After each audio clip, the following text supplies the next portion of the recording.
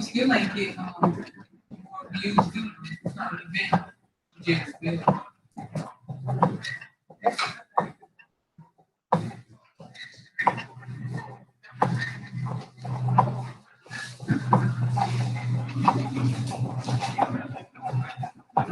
Yeah, we getting ready to do it.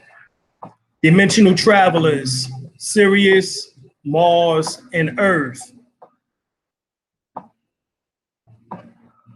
You getting ready to set it off? Come on into the room.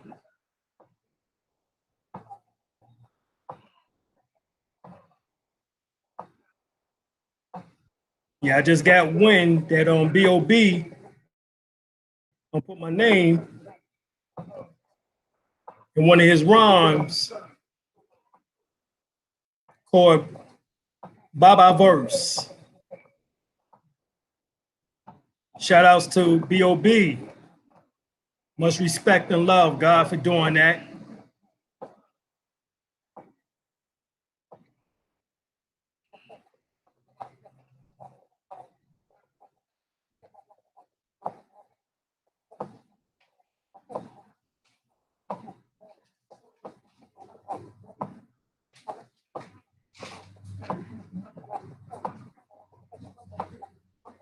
Yeah, we're getting ready to set it off.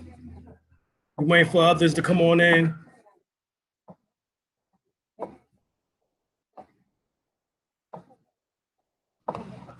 We're going to start with the screen share.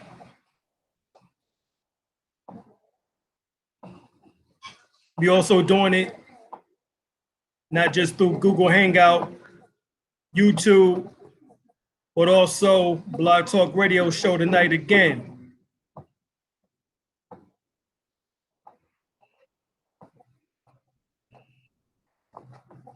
Y'all have some questions, make sure y'all get a chance to ask them throughout the presentation.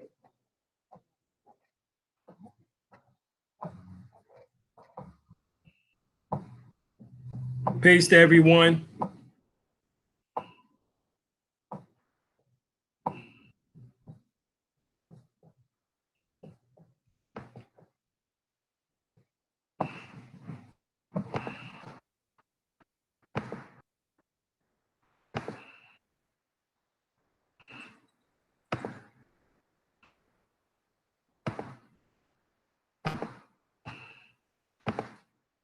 All right. Before we get things kicked off, I got to give a special thanks, very special thanks and appreciation to those that did super chat. That's to the God Bog Taboo, Red Coyote Bay, the God Yael Allah, Amin Ra Whirlwind, the goddess Anissa, the God Omari, the goddess Trina, who we call Twinkie, the God Jason, yo, and everyone else, you know what I'm saying, who's been listening, giving, you know, positive comments, not trolling, you know, but giving positive comments, and those that's been supporting and actually giving forth funds, donations, etc. towards the cause. All right. Yeah, it's also best we have now we also have not just PayPal, but we also have now Stripe. All right. So and also, yeah, because Super Chat takes as we know 30%, so they take 1/3. They act like they the damn lawyers of this. You know, shit, lawyers take 1/3. You know what I'm saying? Lawyers take 1/3. Shit. You know what I mean? But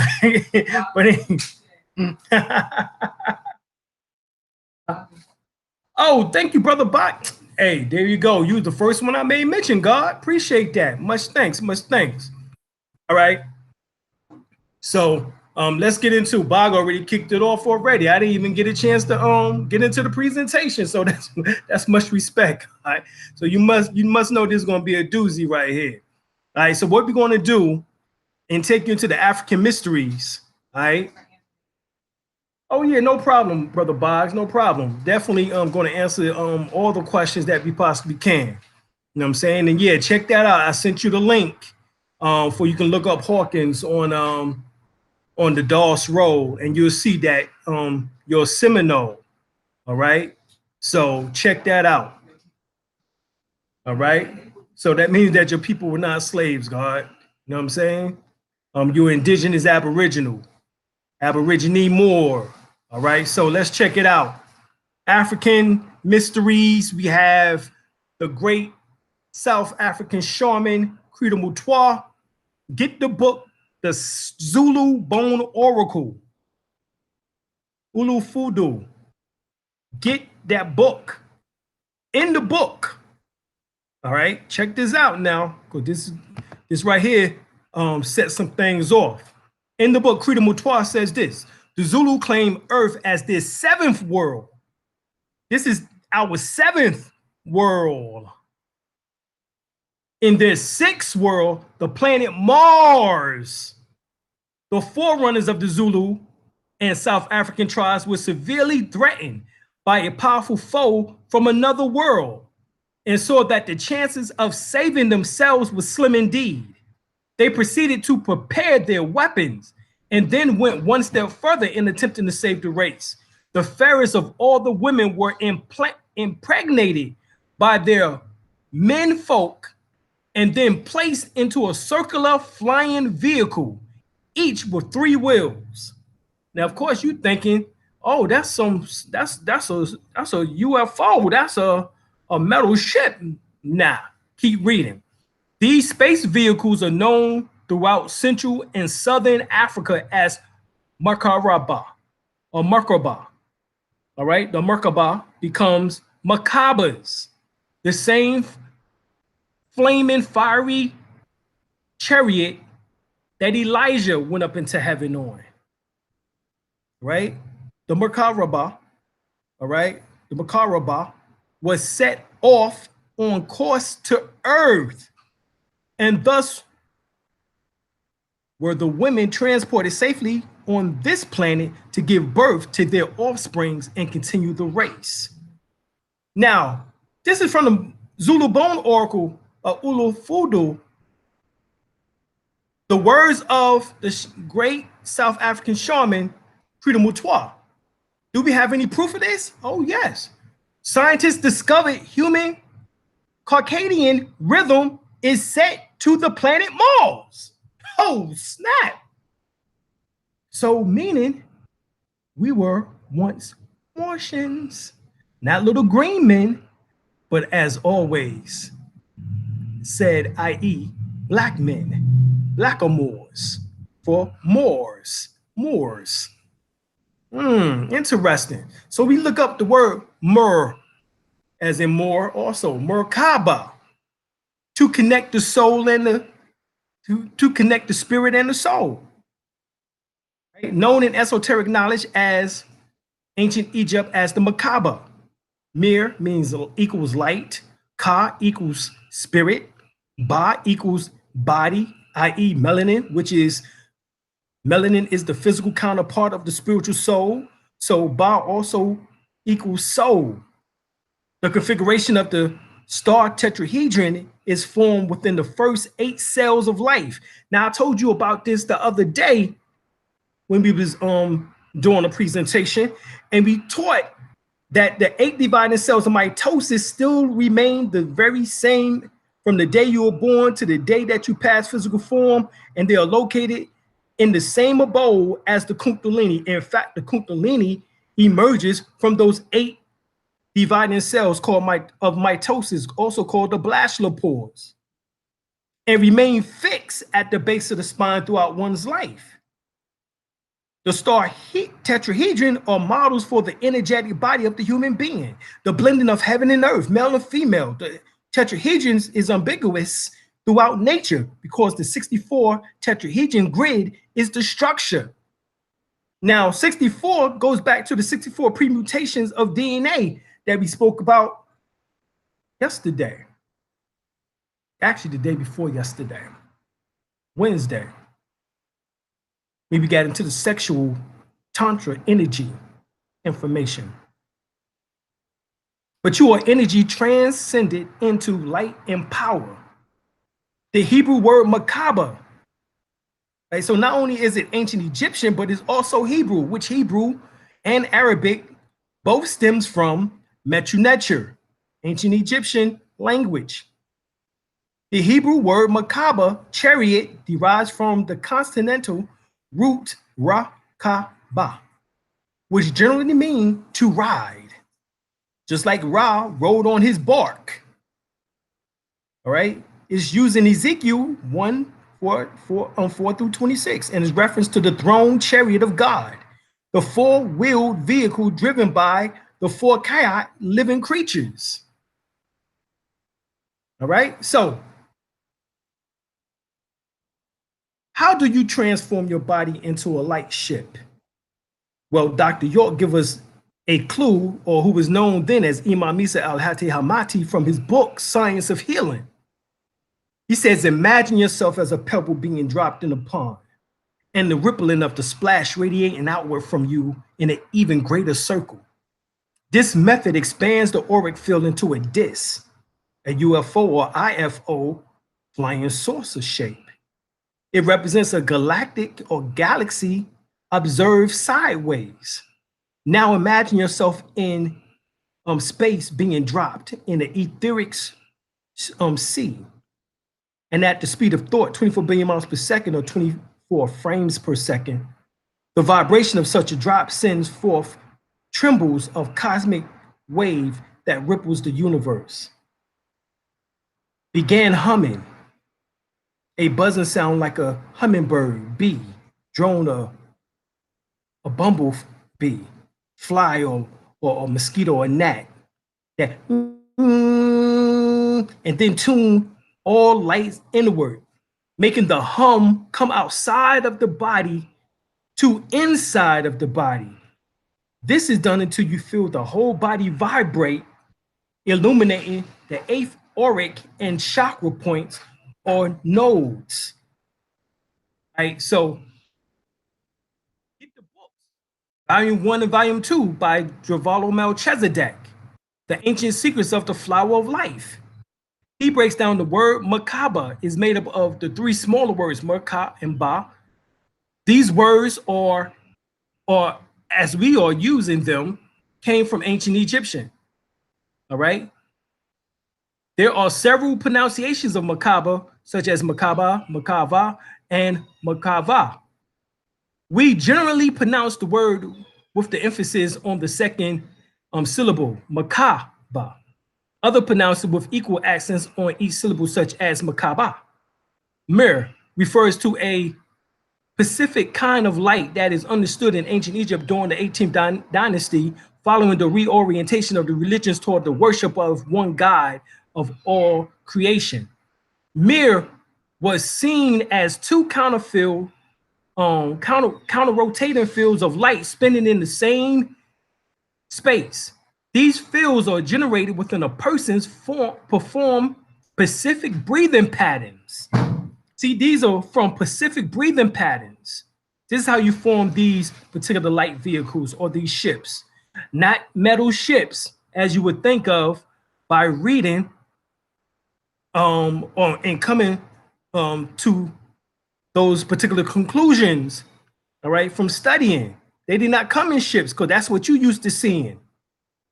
They transform their body into ships. Ka refers to the individual spirit of the person.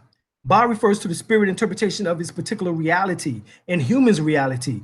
Ba is usually defined as the body or physical reality. In other realities where spirits don't have bodies, Ba refers to this concept or interpretation of the realm of the reality in this realm as which they exist.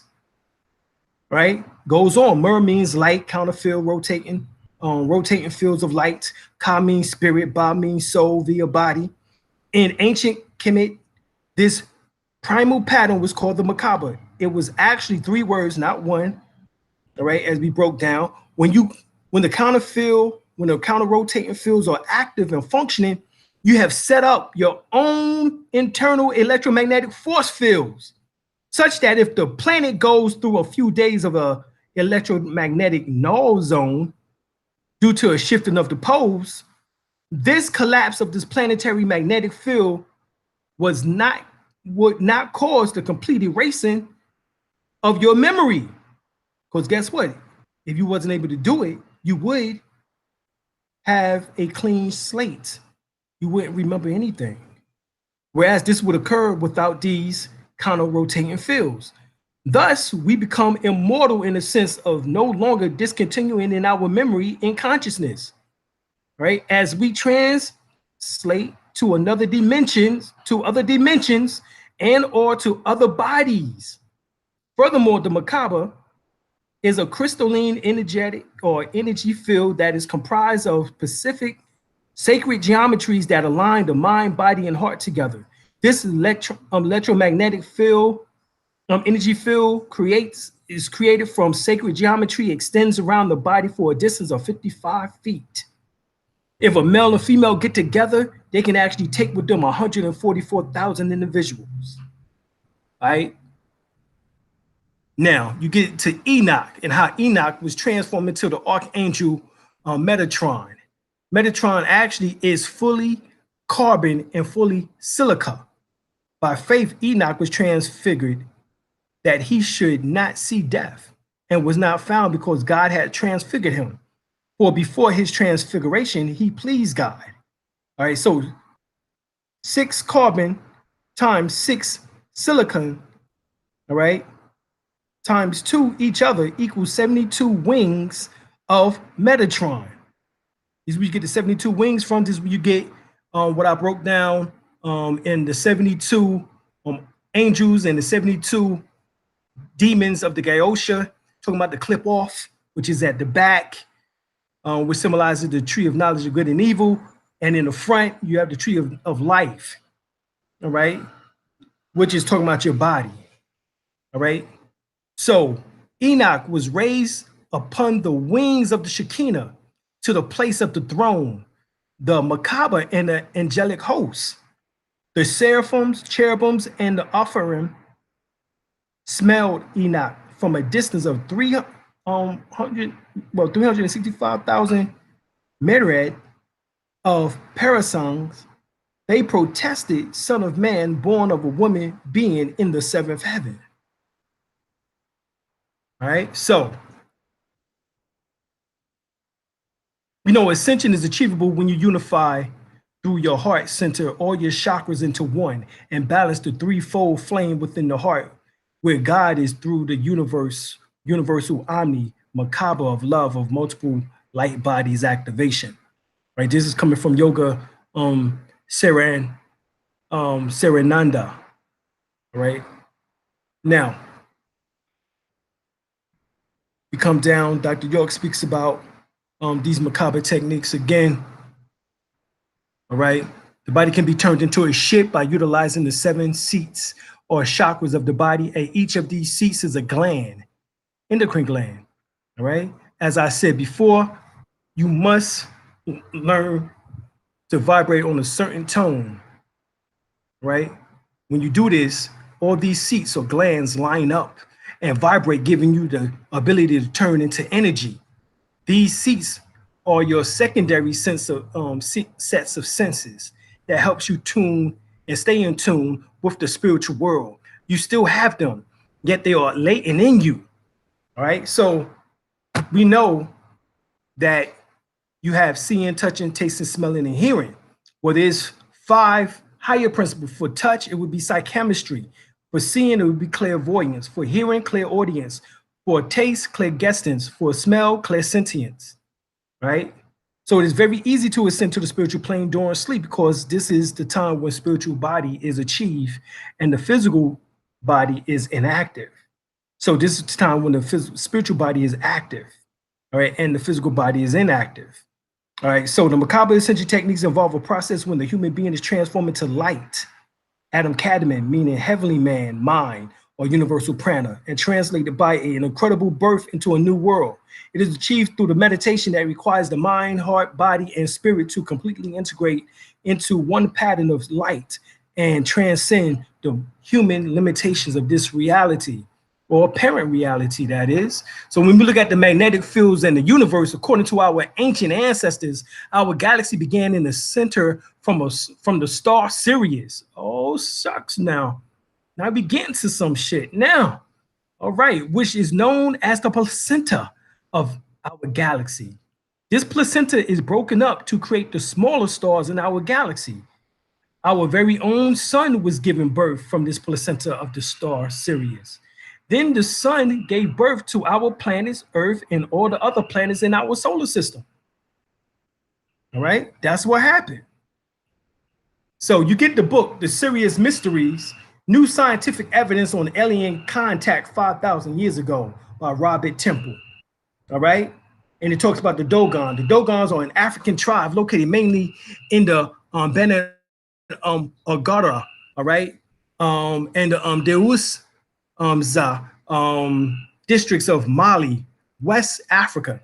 The tribe population about 300,000, being mostly heavily concentrated along a 200-kilometer stretch of escarpment called the Cliffs of the Bandia Gara, and it says in which that they have managed to use to fashion such spectacular dwellings for themselves. All right. So let's come down. It says, now, the tale was that the secret Dogon creation myth about their sacred stars, which they call or name as Polo Tolo. This star to which they are referring to is Sirius, which is located about 8.6 or 8.7 light years away from Earth. And the star is also the brightest star in the night sky. All right. The Dogons told the anthropologists that the Sirius was the home of the gods who had made them who they are. All right, called the Nomo. Right. They told them that Sirius is the smallest and heaviest thing that is, talking about Sirius B. That it was white in color. They said that it was a companion star, invisible to the human eye, but that it was heavy and that it rotated on the axis, and they further described it as having a circle of reddish rays around it, and that it was like a spot spreading by staying still. All right. Dogon oral traditions already quite animately stated that they have known for thousands of years that Jupiter has moons and Saturn had rings around it. Right. So we're talking about Sirius. All right. Soptis. All right. Or Soptis. All right. So it says right here, when they discovered was that the Dogon had in fact accurately described the three principal properties of a white dwarf star: small, heavy, and white.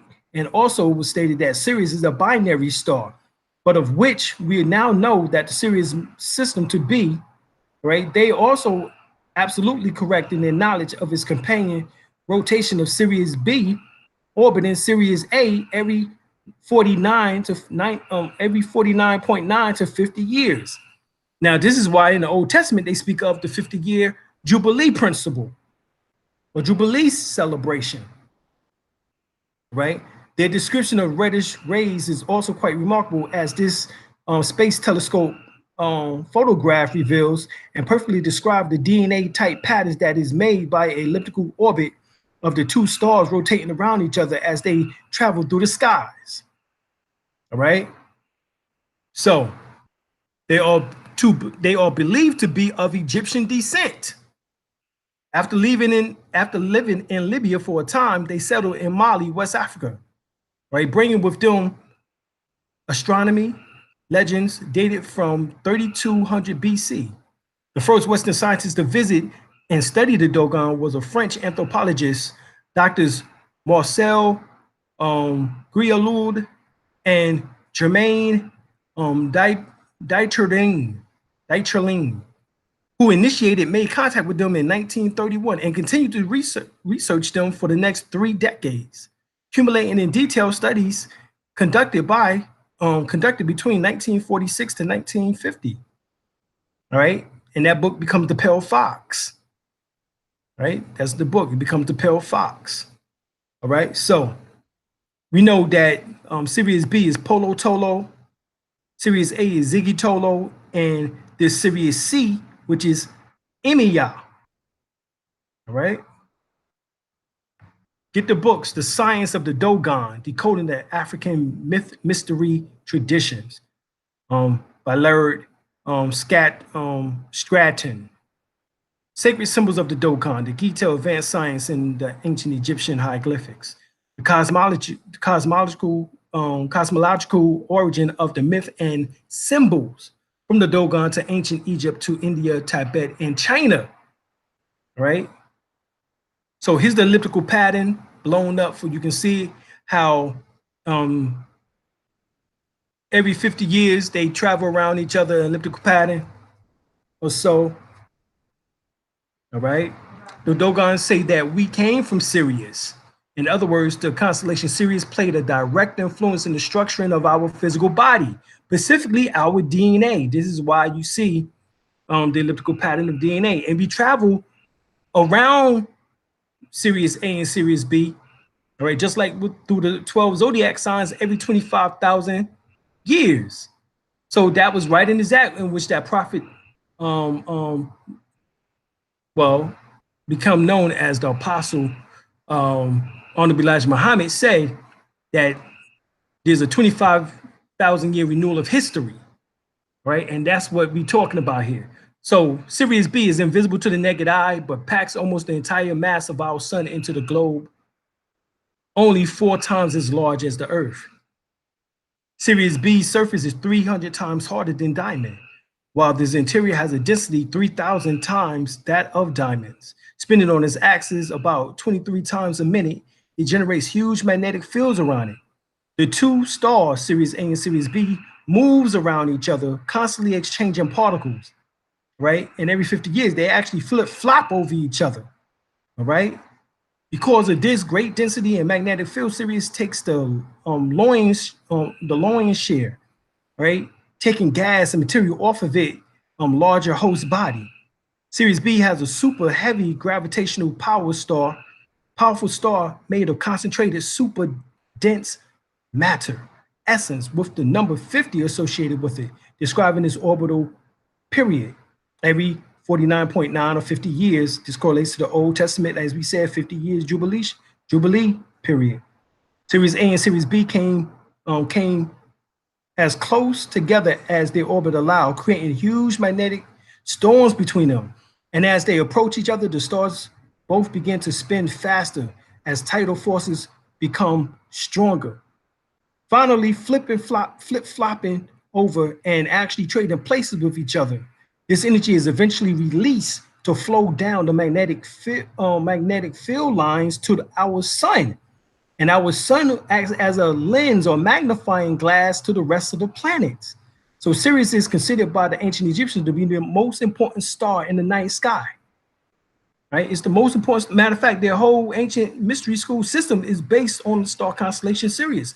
And this is how we know that the Dogons were the ancient Egyptians. They were the astrologers and the astronomers in ancient Egypt, right? Even Sirius is mentioned in the Surah El-Najm, the star, in the Quran, right? In the Quran, which translate, He, Allah, is the Lord of the Sirius, the mighty star, right? So the universal force is drawn to our planet because of a unique relationship between the Earth and its moon. The combination forces of the Earth and the moon creates a very strong magnetic power that attracts and beams down to Earth the energies of all the stars in our galaxy. In particular, the brightest star, Mezzanam, right? Or Mirzam al-Jawza, which is the name of the brightest star, Sirius. Miru, once again, right? The Journal of Biological Physics, Stillwater, Oklahoma, 1989 states that scientists have found that the streams of energy from stars travel in specific directions, either up or down the galactic arm in which that they are embedded. Stars are polarized to other stars by negative and positive, some receiving energies and some sending it out, all of which travels on the path of the magnetic field lines. Recent finds reveals we are downstream from Sirius in the part of the galactic arm of our solar system resides in. New energies are flowing in to Earth at an unprecedented degree. Sirius transmit its energy, which is highly charged photonic light particles, to our entire system via the magnetic field line. In other words, we are literally receiving energy from the star Sirius. All right. So we have no proof that consciousness is generated in the brain. All right. This is Stanislav Grof, MD, PhD. But what we do know is that DNA is software who wrote the code. This profound significance of life programming language. So we told y'all that it is 64 permutations of DNA, and it's all from 4 particular amino acids. And these are the building blocks of life. And these 4 can be changed and new life created, or made, I should say, from those 4. That's why Hawa, which is Eve, symbolizes the mother of all living things. This is what the Albion is finding out now, that by manipulating the DNA, those 4 particular DNA amino acids, you can create a whole nother species. DNA as software is not merely a metaphor, it's a fact. Geneticists have discovered that the same method of processing information, programs, and cell routes or routines instruct our bodies as DNA, and in our brains as neural networks. They now edit DNA as software programs by sequencing and decoding it meaning and intent. Right? This is what's going on. Tom Bunzel, all right, get his book. All right. There's another book from a German book. It's called The Venice Zeti Intelligence by Grasna Forser and Franz Budorf.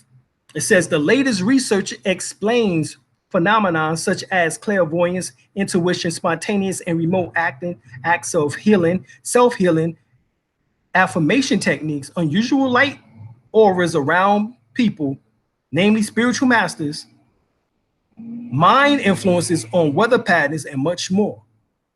The Russian scientists also found out that our DNA can cause disrupting patterns in the vault. Check this out now, this shit get deep. The Russian scientists also found out that our DNA can cause disrupting patterns in the vacuum, thus producing magnetized wormholes. Wormholes are the microscopic equivalent of the so-called Epstein Rosen bridge in the vicinity of black holes left by burnt out stars. These are tunnel connections between entirely different areas in the universe through which information can be transmitted outside of space and time. The DNA attracts these bits of information and passes them on to our consciousness. What we are seeing here is hypercommunication, which information is passed interdimensionally as it is through DNA acting as a stargate. All right, acting as a stargate. Shit is deep. Now, when you get to the phenomena, Ecclesiastic 12, chapter 6 verse, it says, or even the silver cord be loosened, or the golden bowl be broken, or the pitcher be broken at the fountain, or the wheel broken at the cistern. We now know that the silver cord is metaphysically metaphysical studies and literatures, is also known as the life-giving linkage from the higher self, Atma, down into the physical body. There's a thread, all right? Thread of consciousness passing from the soul, all right? And it is also stated that the cord not only serves as a link between the two bodies, but it is also limits the astral body from wandering great distances, all right? Right? Balabindi, Balabini, his experience showed that as the astral body moved further away from the physical body and reached a distance of 50 to 70 meters, the silver cord pulled the astral form right back into the physical body. In fact, the silver cord is a transversible wormhole. Passing through a tunnel is compared to the birth canal, and the silver cord resembles the umbilical cord. These are a few observations during out-of-body experiences that are sometimes likened to childbirth. Birth theories hypothesizes that people who are delivered by cesarean or C-sections do not have tonal experiences during astral projections. The attachment points to the cord of the astral body differs, not only between projectors, but also from projections to projections. These points correspond to major chakra positions. According to the observation of Robert Bruce, there is not a single point of connection to the denser body, but rather a locally converging collection of strands leading out of all of the major chakras and some of the minor ones. All right, astral dynamics. Read that, page 398. All right, read that, 398. All right, so very powerful. All right, so codes equal symbols, images, words, letters, proteins. So that's what we're talking about, the ACTG. All right, which are what we refer to as the building blocks of life, the amino acids, all right, meaning mind, or as we told you, Yahi Vahi, the 4 letters of the Tetragrammaton, the name of God, all right, and in our experience, the only source for either interpretation, all right, that's what we're looking at, meaning, or its creation is mind, right? That's what it is, it's the mind, right? So we told you that Yahweh is the CATG, or cytosine, adenine, thymine, and guanine, all right? Or Ptah, right? Which is another form of Tahuti, or Hui. Hui is Yahweh, Jehovah, all right? Which are the nucleic acids that determines the complex process of heredity, all right? CATG gives the genetic message codes for all forms of life evolved. All right, it forms the rung on of the DNA spiral ladder, spiraling ladder. DNA is another form of Jacob's ladder. Right, DNA elliptical patterns is identical to the Kundalini's Shakti's elliptical pattern. Right, so when you read in the Bible, Old Testament, Genesis 28:12, behold, a ladder sat up on earth, and the top of it reaches to heaven, and behold, the angels of God ascending and descending on it. Those ascending, all right, is symbolic to, quote unquote, the 72 angels. Those descending are symbolic to the 72 demons. So we find out that Ptah, which is Tahuti, and Tahuti's other name is Hui, right? And we find out that Ptah is the creative nature of the physical world, just like our Dolobroth, right? He is spirit that has descended into trapped in matter, right? In other words, your soul, all right? Your soul, all right? Your spiritual soul descended and became trapped in matter, the physical body. This, you know what I'm saying? So this soul being born into matter would be the principle of Heru. Heru is the original fallen angel from heaven. Heru was the light in matter, your soul. A nickname for Heru as bringer of light in the matter was Lucifer, Uriel within the Hebrew, bearer of light. Ancient Africans would use play on words to express the reverse of an idea. So PTH, meaning spirit falling into matter, becomes HTP, was spirit leaving matter, the body, and going to a peaceful resting place. Today, we use the term Hotep, as meaning peace. All right, so this is for all you Hotep Negroes out there.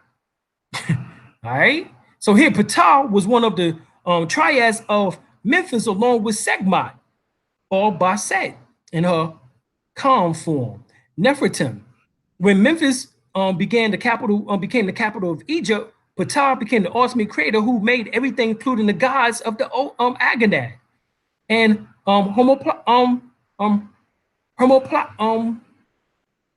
Hermopolis and the Aeneas of Heliopolis, and was given the epithet, he who set all the gods in their place and gave all things the breath of life. Ptah was worshipped throughout all of Egypt, but his primary cult center was the Memphis and Heliopolis. He was so popular in Egypt that it is said that the name Egypt itself is derived from the Greek spelling of the name of the temple of Memphis, Hetka-Ptah, which means the temple of the spirit of Ptah. All right. So that's what we overstand. All right. Now, Yahweh is our specifically biblical God's name. Once again, he's talking about DNA. Yahweh is not the God of the Bible, not a pagan God. All right. Actually, it is in a sense because the word pagan means people. So it is the people's God. The ancient Tamarians or Tamu refers to as Tahuti or Jehuti. Jehuti happens to be the name where you get Judas from, and Judea and Judah from. All right. And if you ask a Hebrew Israelite, or African Hebrew, how to pronounce Judah's name in Hebrew, they would say Jahudi, which happens to be the same name as Jehuti or Tahuti, which is the Neto wisdom, but a reference to us. So Yah is spelled out as DNA. Sequence the proper name for Adiyaha in Exodus. Not only do the Hebrew letters Yahivahi creates a human being to the left, they sum up to our 46 chromosomes. As we told you all the other day, there it is, total equals 46. Yahweh is our God's name, or Yahivahi is our God's name. Yahweh also means to depress, to release, right? Humans being released to create other human beings. You get it? Decompress to release. Orgasm. To pass on DNA. That's what an orgasm is. Therefore, Hebrews use the word Yahweh or Yahivah, right? Or Yahivah to describe a pressure or release to create Yahweh. So man do create God. You get it? Remember, semen and eggs are DNA. Thus, it is not coincidence that the human DNA has a shape that spells the word Yahweh. Yahweh or Yahivahi is Yahuwah. Man equals mind and Yahweh. Woman, man or womb man equals universal mind. Now, we showed you that right here is talking about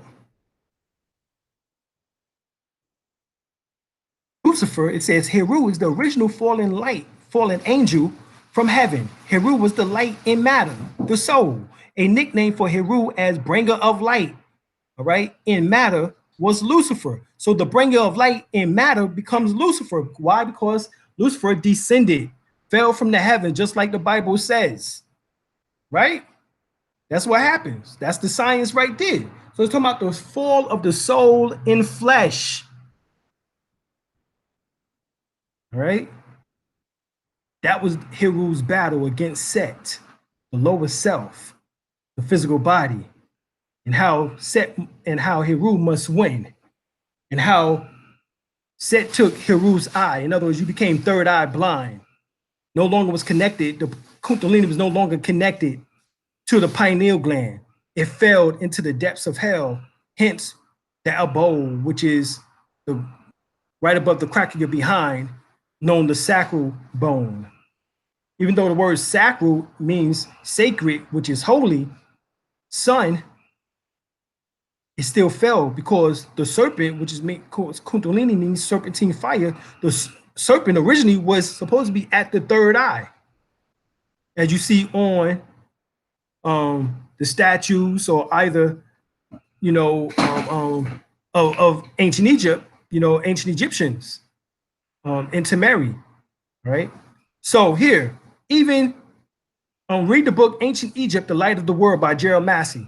He says the letters Yahi-Vahe is being read backwards and substituted vowels to hide the mysteries that is the Egyptian supreme being Hui, the force of creative will, which became in Semitic languages, and he as in male factor, and he as in female factor. The letters are right there. So how the Y is Semitic languages is replaced by an I, and U in Semitic languages is replaced by a W or V. So the name distorted becomes Yahweh, Jehovah, Jehovah, Yahuwah, Yahivahe. Right? Gerald Massey tells us that shit. So here we have Ptah, which is the architect of heaven, earth, and the fashioner of the bodies of men. That's who Ptah is, right? The god Ptah name means space, mass, womb, and DNA, right? Go and look in E.A. Wallace Budge's book, Hieroglyphics of the Gods, right? In his book. So here we have adenine, thymine, guanine, and cytosine, which are the 4 amino acids, the building blocks of life. And as it forms the physical body, and as you see to the right, all right, you see how Yahi-Vahe equals DNA. But as you see that the way that is structured, that even the 4 amino acids equals, even in spelling of the DNA code, Yahi-Vahe is right there. There it is. So it makes you remember more of what 1 Corinthians 3:16 really means. Do you not know that your body, that you are the temple of God and that the Spirit of God dwells in you? 1 Corinthians 6:19-20. Or do you not know that your body is the temple of the Holy Spirit who is in you, whom you have from God, and you're not your own? You was bought at a price, therefore glorify God in your body and in your spirits with your God. 2 Corinthians 13:5. Or do you not know yourself that Jesus Christ is in you? 2 Corinthians 6:16-18. For ye is the temple of the living God. And he said, I will dwell in them and walk among them. Psalms 46:5. God is with her. She shall not fail or fall. So great is he within you than he that is in the world. 1 John 4:44. Right? So therefore God exists in you, but you also exist in God. Just like the ocean is in the fish, while at the same time, the fish is in the ocean. Right? So go to Forbidden Science, From Ancient Technology to Free Energy by Douglas Kenyon. All right, he writes this, right, in his paper on transposons as engines of the human bodily transformation. All right, Kelleher argues only 3% of the human DNA encodes the physical body. Only 3%. In other words, 97% of the 3 million base pairs actually do nothing whatsoever. Actually, it does. This is junk DNA. They refer to it as junk DNA. Junk DNA is melanin. So it does a whole lot, but they don't know because they don't have it. So Dr. Kelleher argues that this simply awaits activation by retrotransposons, genetic structures that may be simply thought of as jumping DNA. Right? So how you get this DNA jumping? Right? Not only does he cite a confirmed case of retrotransposons activation of previously unused DNA, but he also argues that this may well underlie a number of observed metaphysical and religious phenomena. This includes agent reversal, levitation, transfiguration, and maybe even ascension.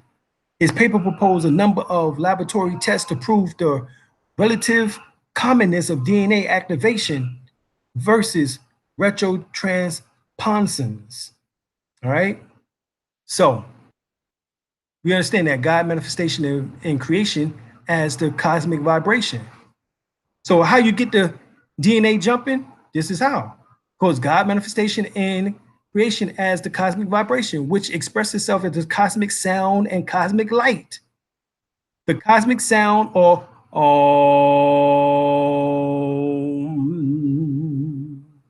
is the synthesis of all sounds of all highly vibrating life forces, lifetrons, electrons, protons, and atoms.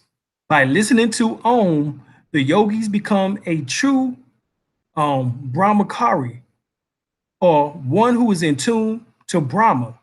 By deep concentration, the devotee can hear Om at any time and in any place. Okay? So we just told you the science, right? In Christianity, God said, I am Alpha and Omega. Look at the shapes in the comparison of the flower of life, sacred geometrical shapes. Allah, written in Arabic, notes the multiple omegas in Alpha. Tao, written in Chinese, again notes the Alpha and Omega. The Hindu Om, Om, as we Christians would say within within Christianity, and you have it there. The sound and symbol of creation, written in Sanskrit, again notes the Alpha and Omega. So within all the major religions around the world has the symbol or sigil of the Alpha and Omega, the beginning and ending, right? Or in this particular case, actually is the regeneration, all right? Regeneration. So we come down, it says the cosmic sound is spoken of in Christian Bible as follows. In the beginning was the Word, and the Word was with God, and the Word was God. The Word came from God. He manifested as the cosmic vibration in creation. The Bible also refers to the Word as the Holy Ghost, or intelligent ghost-like unseen vibration that is the creator of all forms of matter. Remember, the light, the soul, i.e., the mind. It is called Holy Ghost because its invisible force is guided by the Christ intelligence that exists in creation as the reflection or soul begotten Son of the transcendental God, the Father. Jesus Christ promises that the Holy Ghost, or the great comforter, will come to his disciples after his bodily departure from the earth. John 1:1, John 14:26.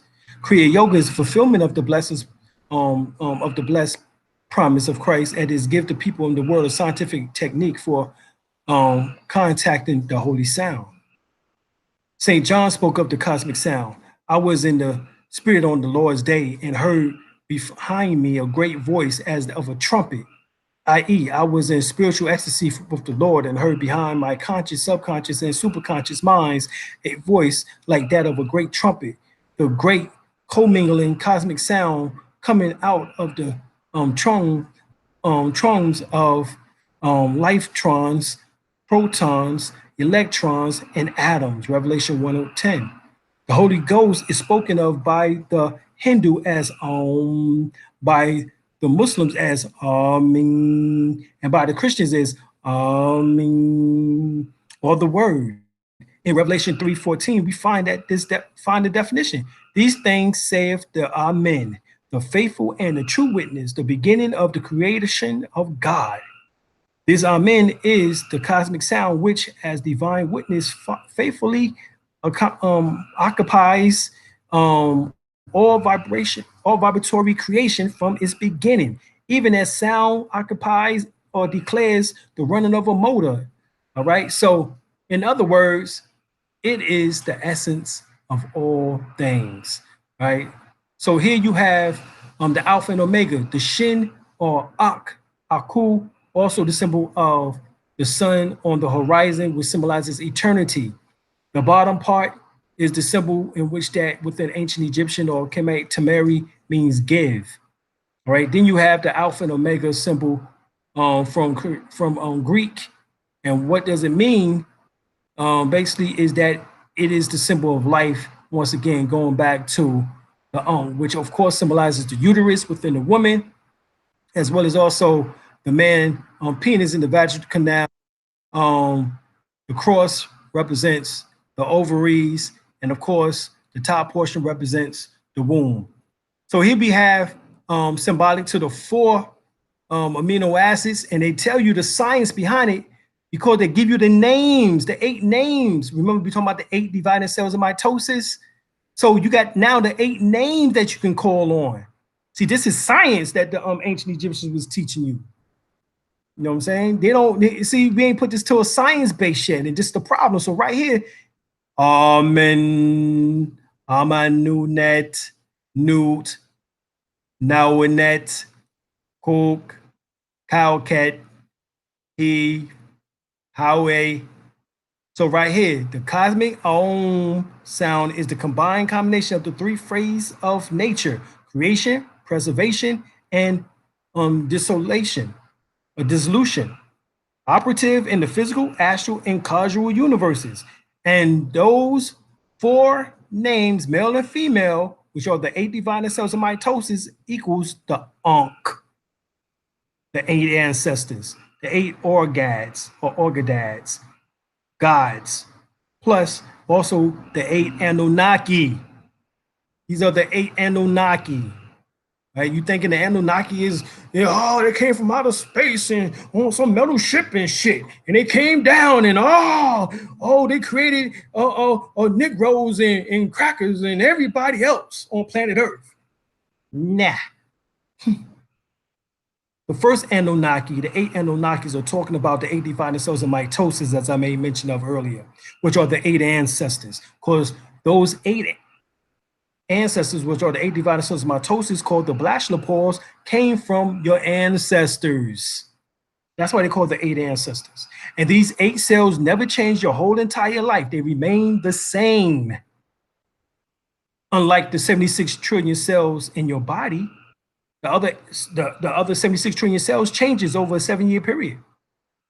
You're a new person every 7 years. All right, so here, show you that unk of life is even in the brain, called the circle of Willis. What you talking about, Willis? What are you talking about, Willis? But it's right here, it's showing you. And it's the Kemetic Ankh, Marian Ankh.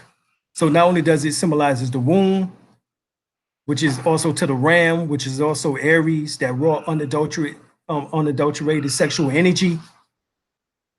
All right, but it also symbolizes within the brain, the circle of Willis. All right. So, too much. All right, so here we go. No. Know what's going on. You do not want me to go over that part, huh? All right, so anyway, this is the science. All right, so we talking about Sirius, Isis, which is called Sophetit, preceding Orion and followed by Jupiter, Saturn, and Mars. This is even in the hieroglyphs in ancient Egypt.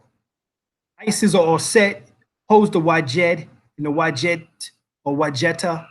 Wajeta is where you get the word Washita from, scepter, and the Ankh. All right. The dilation or the spiritualization of life. Orion, which the word Orion means Urea, which means heaven, holds the Was scepter, the flow of the sap, while facing Isis or Set representing the life with the left hand, right? And then right behind are the three stars, which symbolizes the three stars in Orion's belt, right? Which are biblically your three wise men, astrologically in astrotheology. The Holy Bible never mentions how many. Thus, the tale of the three wise men obviously is derived from the three gifts given to Jesus: gold, frankincense, and myrrh. Matthew 2:11. They presented unto him gifts, gold, frankincense, and myrrh. Now, according to the traditions, the three wise men were the magi, or the magicians that followed of the Zoroastrian religion. Zoroaster means sun star or master of the stars. So the first is Mentaka, right? A Mentaka, right? Which means belt. And it equals Jasper, whose name is treasure, which means treasure. 2 is Al-Nalam, which is the belt of pearls, which equals Balaster, right? Balthazar, or Balazar, all right? As he is also referred to, which means save the life of the king. And Al-Natek, which is girdle, which is Malquar, right? Which means king of light, right? Now, St. John Mandeville wrote, in this land of Ethiopia is the city of Saba, of which one of the three kings that offered to our Lord was king. So they telling you where the story comes from: Ethiopia, Egypt. All right, this is the science. Right here, when you say, our Father who art in heaven, hallowed be thy name, thy kingdom come, that will be done on earth as it is in heaven. All of that is talking about Orion. All right. And as you see, the three kings in Orion belt points directly to Sirius, the star in the east, hence the eastern stars. And they have the star inverted because it symbolizes descending energy, the soul coming down into matter, the fleshly body. And that's the birth of the sun gods at winter solstice. Reason why the winter solstice, which is December the 21st through the 25th, those 3 days or so of the sun standing still, because that's what solstice means. When the sun is standing still during the time of December the 21st through the 24th, and on the 25th begins its rise once again to go into its highest point during the time of September, during the virgin harvest, during the time of September in the harvest. All right. So here we have the 3 stars in Orion belt fitting perfectly with the 3 pyramids in China, Mexico, Egypt, and of course, the constellation itself. And I gave you the 3 names of each one just now: Mentaka, Al-Nalam, and Al-Natak. Right? Those are the 3 names of the 3 stars in Orion's belt. And here's another example. You have the pyramids, in which that they have actual chutes or chambers in which that points towards these specific stars. So the queen chamber points towards Sirius, hence once again the eastern stars. All right, the king chamber points towards Orion, the 3 stars in Orion's belt specifically. Hence the reason why they found the 3 why the 3 wise men found the 3 gifts for Jesus, right? Gold, myrrh, and frankincense. Then you have Ursa Minor and Ursa Major, right? You have Thuban, right? You have Draco, right? So these are the astrotheological sources of the story of Jesus. The 3 wise men, the belt of Orion pointing towards the star of Bethlehem, which is Sirius, and the sunrise, the Son of God, coming with healing in his wings. Right? So we know the 3 pyramids are called Khufu, Khafre, and Menkaure. Right? Right? So we understand that these energies are coming from the star constellation Sirius. So by tapping into your own greatness, by sounding and toning the Om sound, it helps you to vibrate in unison with the pyramids and the stars. We come to find out that the pyramid complex, right, Etero Hushikan, resembles a modern day computer circuit. The connecting tunnels are lined with mica for electric insulation in ancient times. It looks like a computer motherboard, the pyramids do. The Mayan pyramids, the complex there in Mexico. That's what it looks like. Neither the Mayans nor the Aztecs built this city. Both cultural indigenous histories give credit to the Olmecs. Right, the Olmecs. So why we was concerned about the 3 stars in the Orion belt is because we got 3 glands in our brain that sits in the same way. Got the hypothalamus, the pineal, and the pituitary gland. And look, it points towards the star constellation Sirius. Oh, I'm sorry, this discrimination center for the olfactory nerve. Or right above that, the third eye area. That's what it points towards. So you have the 3 wise men in your brain, which also point towards the star Sirius or the third eye area. Right? Luke 22:12, and he who shows you a large furnished upper room, make the preparations there. So Jesus said to them again, peace to you, in other words, he said, assalamu alaikum or shalom alaikum. And the Father, he sent me, and I also send you. And when he had said this, he breathed on them and said to them, receive the Holy Spirit. If you forgive the sins of any, then they are forgiven them. If you retain the sins of any, they are retained. John 20:21-23. So it was in this upper room that Jesus breathed on his disciples and they received the Holy Spirit. Where's that at? Oh, as you see here, look at the airflow as it goes up. It goes up into the area going towards the discrimination center, which is the olfactory nerve, illuminating it so that the third eye can become activated as the 3 wise men look on with their gifts of gold, myrrh, and frankincense. What do you do with the nose? You smell. So you can smell myrrh and frankincense. You get it? Incense. You don't believe me? Go to Man, the grand symbol of the mysteries thought in occult anatomy by Manly P. Hall. He writes, the third ventricle, which the pineal gland sits over, is a vaulted chamber of initiation. Around it sits 3 kings. Wow, around it sits 3 kings.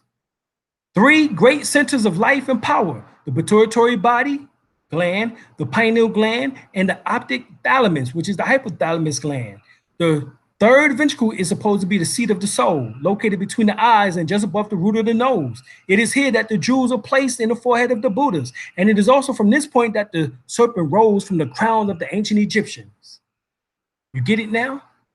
So opening the third eye, powerful ancient practice for activating the pineal gland and expanding consciousness by Mantak Chia and Joyce Toms. The hypothalamus pituitary relationship.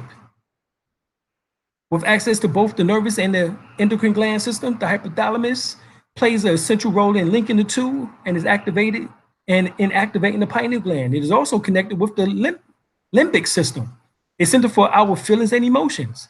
When entrained with the pituitary gland, the hypothalamus therefore has the ability to affect most of the major systems and organs function in the body as well as our emotions. Together, the hypothalamus and pituitary gland regulates all of the basic survival processes, including bodily temperature, hunger, thirst, fatigue, growth, sleep, weight, sexual function, pain relief, blood pressure, circadian rhythms, and stress responses such as fight or flight. The hypothalamus also is about the size of an almond and is located behind the optic chiasm. It secretes neurohormones that communicates with the pituitary gland, signaling the release of inhibition of key pituitary hormones, which are turn harmonized and activate pineal gland function. Right?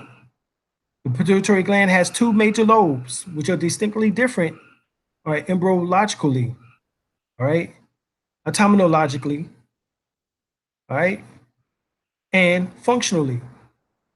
Altogether, the pituitary gland is about the size of a pea. It sits below the hypothalamus, all right, cradle, right, in the sila turcica of the phenoid bone. Because the pituitary gland is enclosed by the phenoid, it is highly sensitive to misalignments or restrictions in the movement of that bone.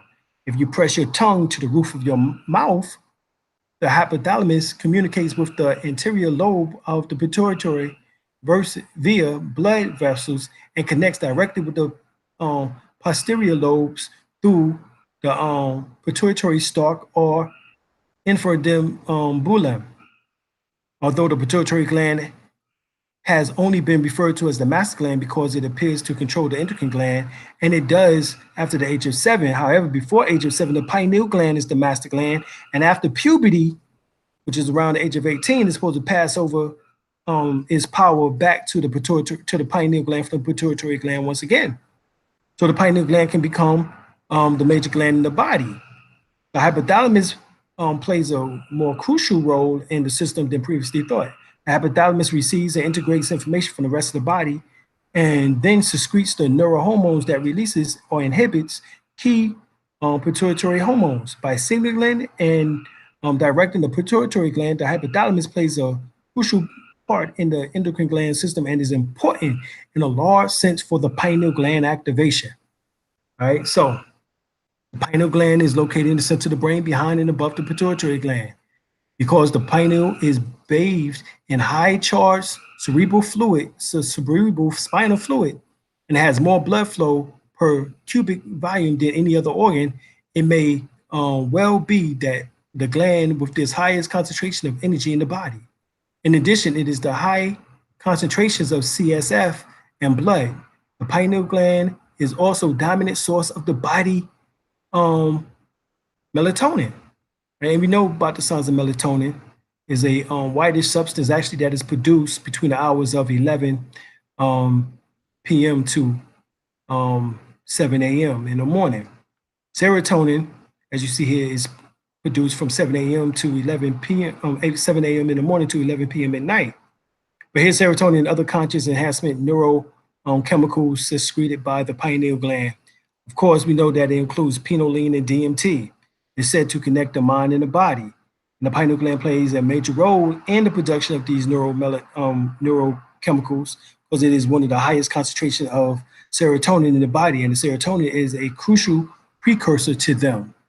Right? So we know that when the pineal gland and its relationship with light, all three glands of the crystal palace, that's what it's called, the crystal palace. This is where you get the crystal city from in the book of Revelation. So when they talk about the crystal city, right, this is what they're talking about right here.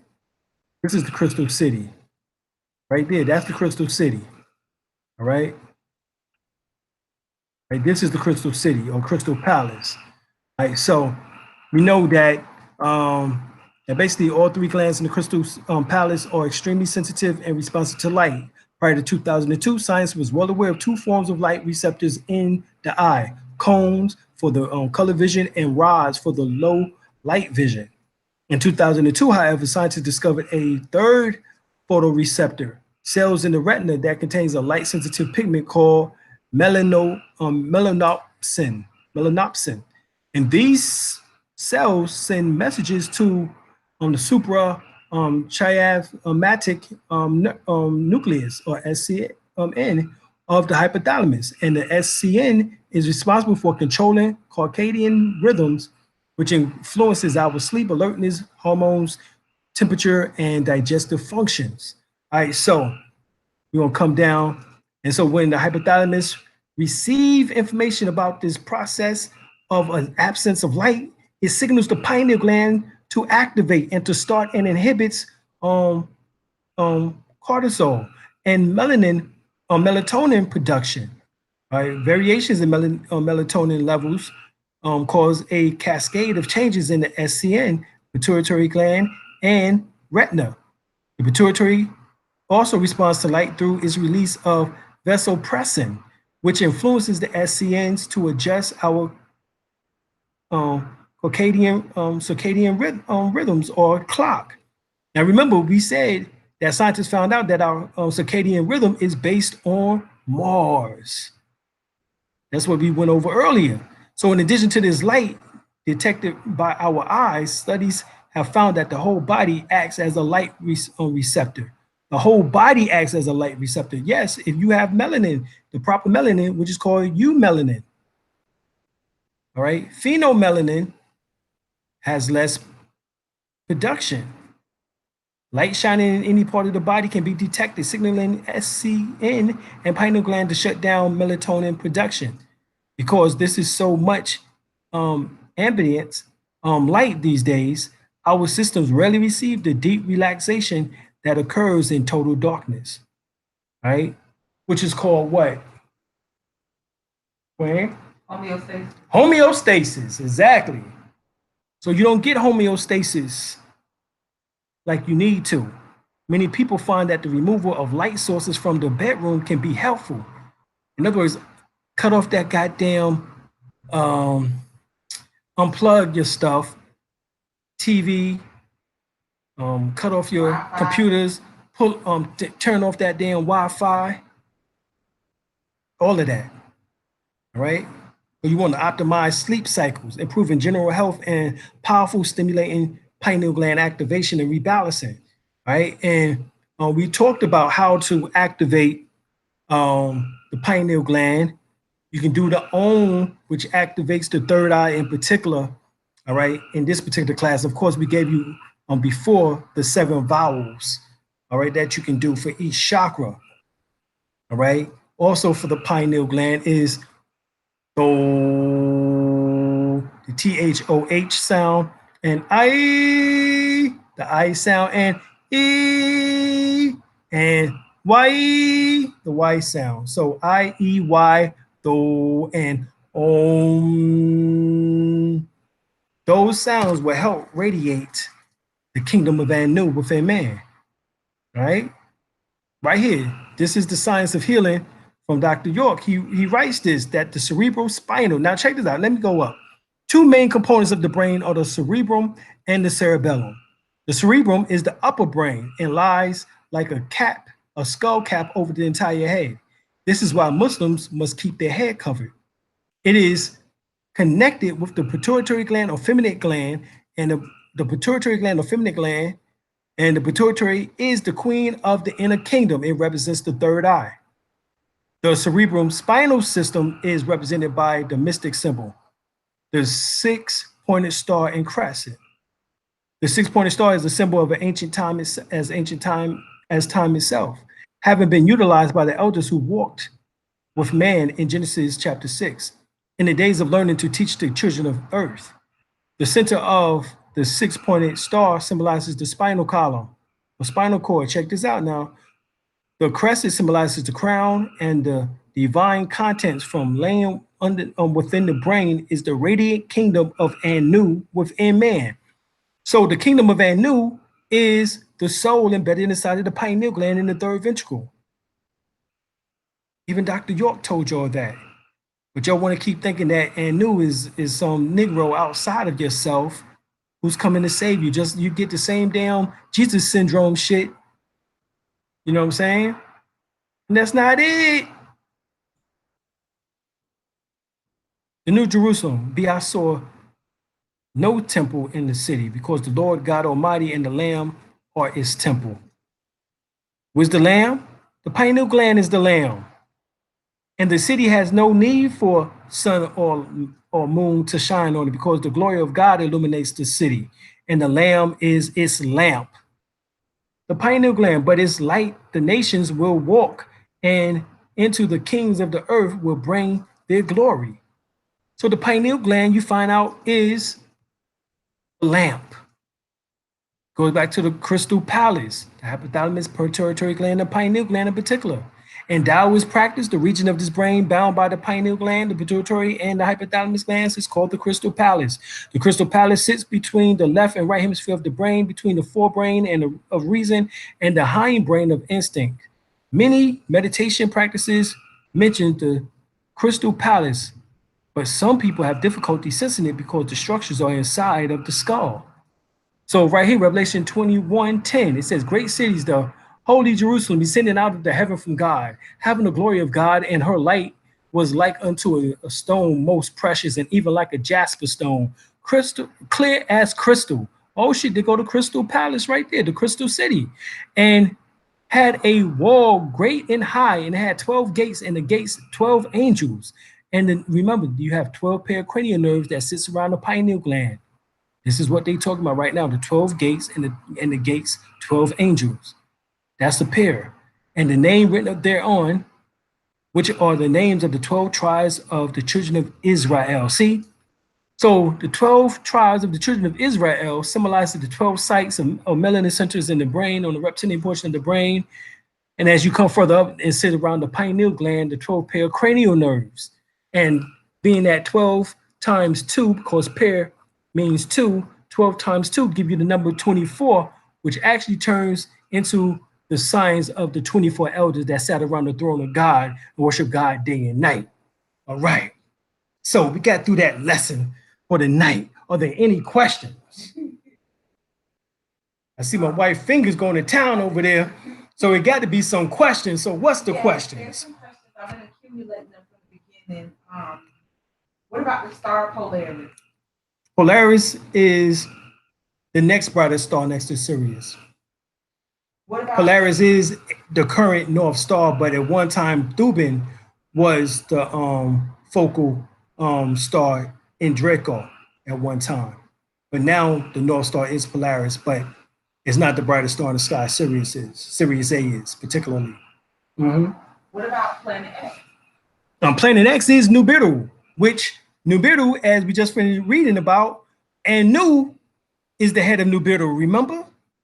And where's Nu at? Oh, there it is. For lion within the brains is the radiant kingdom of Anu within man. Nibiru. You wanna know where Nibiru is? Let's look. Let's go up. All right, for everybody can get this, because this is the problem. We got so much things going on, and we need some explanation. We need some clarity on some things, because everybody's been taking this thing to mean something external of themselves. Here it is right here. Go to the book Nutricides by Layla Africa, and on page 15, he has an actual photo inside of the human brain, and the cells of the brain are magnified to the equivalent size of a car. The electromagnetic galaxy-like cloud in the center is the eye of Heru, right? Also called the eye of Osar, the eye of Christ, the eye of Buddha, the eye of Shiva, the eye of Uriel, Lucifer. It is inside the brain in a fluid-filled space called the third ventricle. The eye of Heru is alive and active and floats above the pineal gland, influences melanin and the spirit world unseen. This is the internal Nibiru that correlates to the external Sirius C, which is the external Nibiru, which is called Emiya, right? But this is the internal Nibiru right here, because there ain't nothing coming down to get you. You better go up to it. So here it is right in your brain. And this correlates perfectly with the Old Testament, Genesis 32:30, and Jacob called the name of the place Peniel. For I have seen God face to face, and my life is preserved. And he passed over Peniel. The sun rose upon him, and he halted upon his thigh. All right? That's what all that's talking about. Or in the New Testament, Luke 11:34, the light of the body is the eye. Therefore, when the eye is single, the whole body is filled with light. But when the eye is evil, the whole body is filled of darkness. You go to the ancient Egyptians, the ancient Kemites, Temerians, it says the 42 negative confessions. Guess what? You go down to 30, And you find out that the 30th Neter of Mayat is Nibiru. And it says, "Hail, Lord of faces, Nibiru, who come forth from Nephet. I have not judged hastily." So you find out that Neb means Lord, Master, Sovereign. Nibiru, Lord of faces, the name of one of the 42 judges of Mayat. So there's 42 judges of Mayat, of the Neteru Mayat, of the Neter Mayat, and of the Neterus, the judges, 42 of them. Do you know that the 42 are symbolic to the 42 junk DNA? Because there's 22 DNA in which that is active or coding, which we talked about in one of our last sessions. So that means that there's 42 that are not coding, which give you 64. Remember the 64 permutations of DNA. 22 plus 42 is 64. You see, this is about you internally, not about the external world in which that you perceiving, because we know that that shit is an illusion. Okay, question. Why do all compasses point to true north? Well, nowadays, compasses are off track now. All right. They're seeing that compasses do not just point at true north any longer. That sometimes they're pointing northeast, because the poles are shifting, as we have found out. Right, the poles are shifting. All right. So we know that the magnetic fields or poles have already changed and flipped. All right. Not the actual poles themselves. So not the actual South Pole would become the North Pole. It's talking about the magnetic poles. The magnetic of the North Pole and the South Pole has already switched. All right. This is already done by 2012, December the 21st, 2012. That's what the whole Olmec Mayan calendar was about. Right. And also at the same time, we was finishing up a 25,000 year renewal of history. And now we have began a whole new 25,000 year renewal of history, right? Which is now within what we call the age of Heru, or the age of knowing, which is the age of Aquarius, all right? Also during that same time period, we have finished traveling with the star constellation Sirius through that 25,000 year renewal of history. Now we have started a new one with Sirius, as well as also going through the 12 zodiac signs or constellations, right? Also, we have to add into the fact that ever since 1997, we've found that there's another constellation that have come into play, which is called Ficus, which is Ficus, which has now become the 13th. And so as it becomes more ingrained within, within the 12 zodiac signs, is going to be 13 signs, and it's going to be 28 days apiece instead of 30 and 31. Also, we've had the Grand Across, August 1999. We've had another galactical alignment, November. All right, I think it was November the 8th in 2003. All right.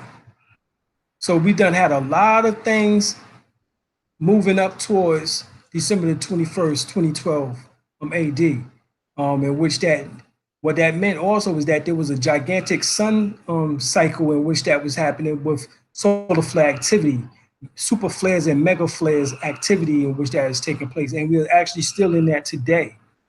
All right. And we've been in it actually ever since 1995, 96, when they started doing the chemtrails and getting the HARP system together, which they use in conjunction to do the weather modification. All right. So all of this is during the same time here. So this is a galactical thing in which that they know that the cosmic forces from on high with perfect alignment with the particular stars can actually help change our DNA. The energy from the sun cosmic flares, solar flares, corona mass ejections, all of that can actually change our DNA. This has been proven because ultraviolet light activates melanin and transform it from a semiconductor to, which is a third dimensional state, into a fourth dimensional state, which is activation with ultraviolet light. So the sun, the more ultraviolet light that you gather from the sun, the more you become a fourth dimensional being. All right. So that's the whole science. Question. D-Man gave a super chat, and so did Twinkie. Oh, Twinkie. All right. Oh, Twinkie up in the place, in the building. That's what I'm talking about. And D-Man. And D-Man. Appreciate that. Love y'all. You know what I'm saying? Appreciate y'all. You know, appreciate y'all. Appreciate, you know, getting this information and knowledge in which that you can actually utilize. Something that's practical that you can actually take with you and do daily. Because just think about it. You always have the sound of healing if you have your voice. You also have your hands. You know what I'm saying? If you have to do healing, you might not have a candle. You might not have your altar. You might not have, you know what I'm saying? But all of that are tools in order to get you activated so you can begin to start sensing the energies around you. That's all it is. All right? Singing bowls are tools. Drums are tools. All these things are tools. But you don't need nothing outside of you. You really only need your voice, you know, and your body in order to get you back in tune with your higher self, i.e. your soul. All right? Question. What is the relationship between the pituitary gland and the adrenal gland? All right. The adrenal glands sits above your kidneys. Matter of fact, they sit on top of your kidneys. So they're in your back, right above the small area of your back on both sides, the left and right side. All right. The pituitary gland helps with moving adrenaline from out of the body, because sometimes the adrenal glands overproduce adrenaline, because in a system like we are in with the oppression, depression, and suppression, so-called white supremacy, that produces a large amount of adrenaline. This is actually one of the reasons why we age, because of overabundance of adrenaline in the body. So the pituitary gland produces what is called HGH, human growth hormone, which at puberty is when you use the most of it, all right, which brought you from out of childhood into adulthood, all right, from between the age of 12, preteen, into the age of 18, going into 21 adulthood. All right, so during those years, you know, the HGH, human growth hormone, will help you to do that. Well, the HGH is actually still supposed to be utilized, and you can still utilize that growth hormone, no longer growing in stature, you know what I'm saying, but now growing in wisdom and being able to remove any excess adrenaline from out of the body. And you do that via the liver and the bowel. Helps remove the toxins from out the body. Matter of fact, the liver has over 500 functions or operations in the body. You take the R off the word liver and you have the word live. So it's the detoxifier in the body. That's what the liver is. All right, so this is how all of this correlates. Question? Denise just super chatted. Denise. Thank you. Much respect. Can you explain any breathing techniques that can strengthen the pineal gland? Yes. One of the most fascinating techniques actually can be found in my teacher's book. All right. Sunyata Saraswati, in his Jewel in the Lotus, in which that basically you would simply breathe in, pull up your anal muscles, make sure your tongue is up at the roof of your mouth behind your 2 front teeth. And as you breathe in, you're going to lean forward. All right. You're going to be sitting in a chair with your feet shoulder width apart, flat on the floor, and your hands will be placed on your knees. And you're going to lean forward as you breathe in.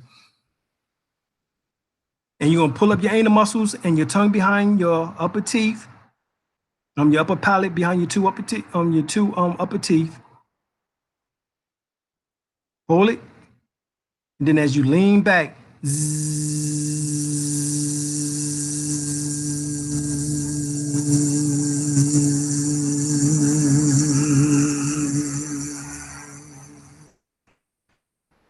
gonna sound like a bee.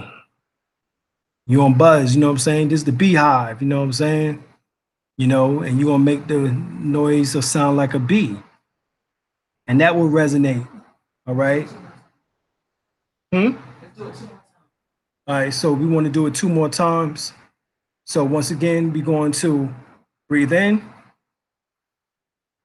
pull up your perineum and anal muscles, hold it, tongue up behind the 2 front teeth, upper palate, lean forward, hold it.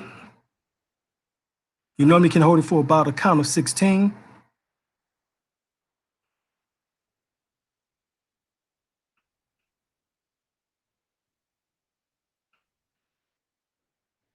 And you're gonna breathe out through your mouth now with the bzzz.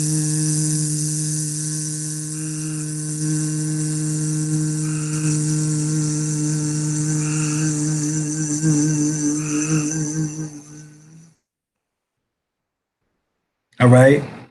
I added in the B sound based on my studies. All right. But Grandmaster Sunyata teaches you that method. Right. But I added in the B sound because the bee, the fly, the gnat, all of them makes that humming noise that we spoke about earlier, which is equivalent to the universal sound of healing. All right.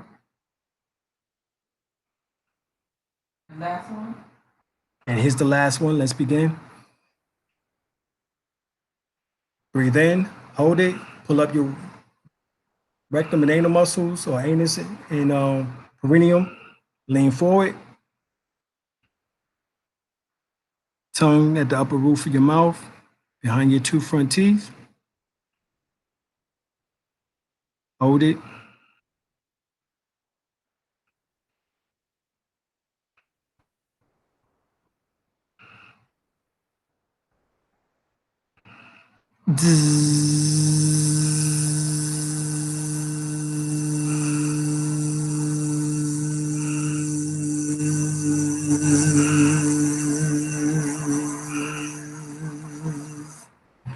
So not only does that opens and activate the pineal gland, that also activates the kundalini.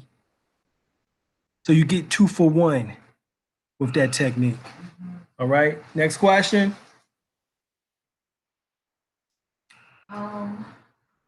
What about before the Egyptian Empire? Were there any other pharaohs? Oh yeah, the pre-dynastic period, in which that stems all the way back to what is called the Ma Confederation, which actually dwelt into in what is now called the Sahara Desert, which at one time actually was plush, tropical-like area, just like Egypt was at one time. Right? There actually was water at one time in the Sahara Desert. Right? So we know that there were certain things in which that took place. Allegedly, what took place, according to Zechariah Ascension, if you read the War of Gods and Men, he speaks of the fact that we had technology such as atomic and hydrogen technology, in which that we dropped bombs, just like we did in 1945 with Hiroshima and Nagasaki, or Hiroshima and Nagasaki. Next question. Yes, we have another super chat. Oh, another super chat. Appreciate that. From Macmoo. Macmoo. Macmoo. Alim, what would you do? Thank you. Alim, thank you. What about the pyramids in South America?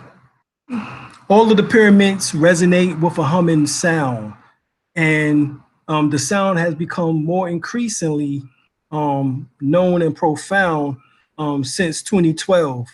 And of course, the Albion has done what he can in order to tone it down. But all of the pyramids on the globe at one time was resonating around right before 2012, from 2011 to 2012. And this somewhat scared them because they didn't know exactly what was going to happen. This is why they had Obama as in office, just in case if some shit went down. That's why they had him in office from 2008 to 2016. Those 8 years was because they didn't know what was going to happen in 2012. And they knew they couldn't have no European Albion in position during those years. You understand what I'm saying? So they had to put someone who was melanated, who can handle those energies and help to offset those energies in a sense. Question? What do the other sounds that we make invoke?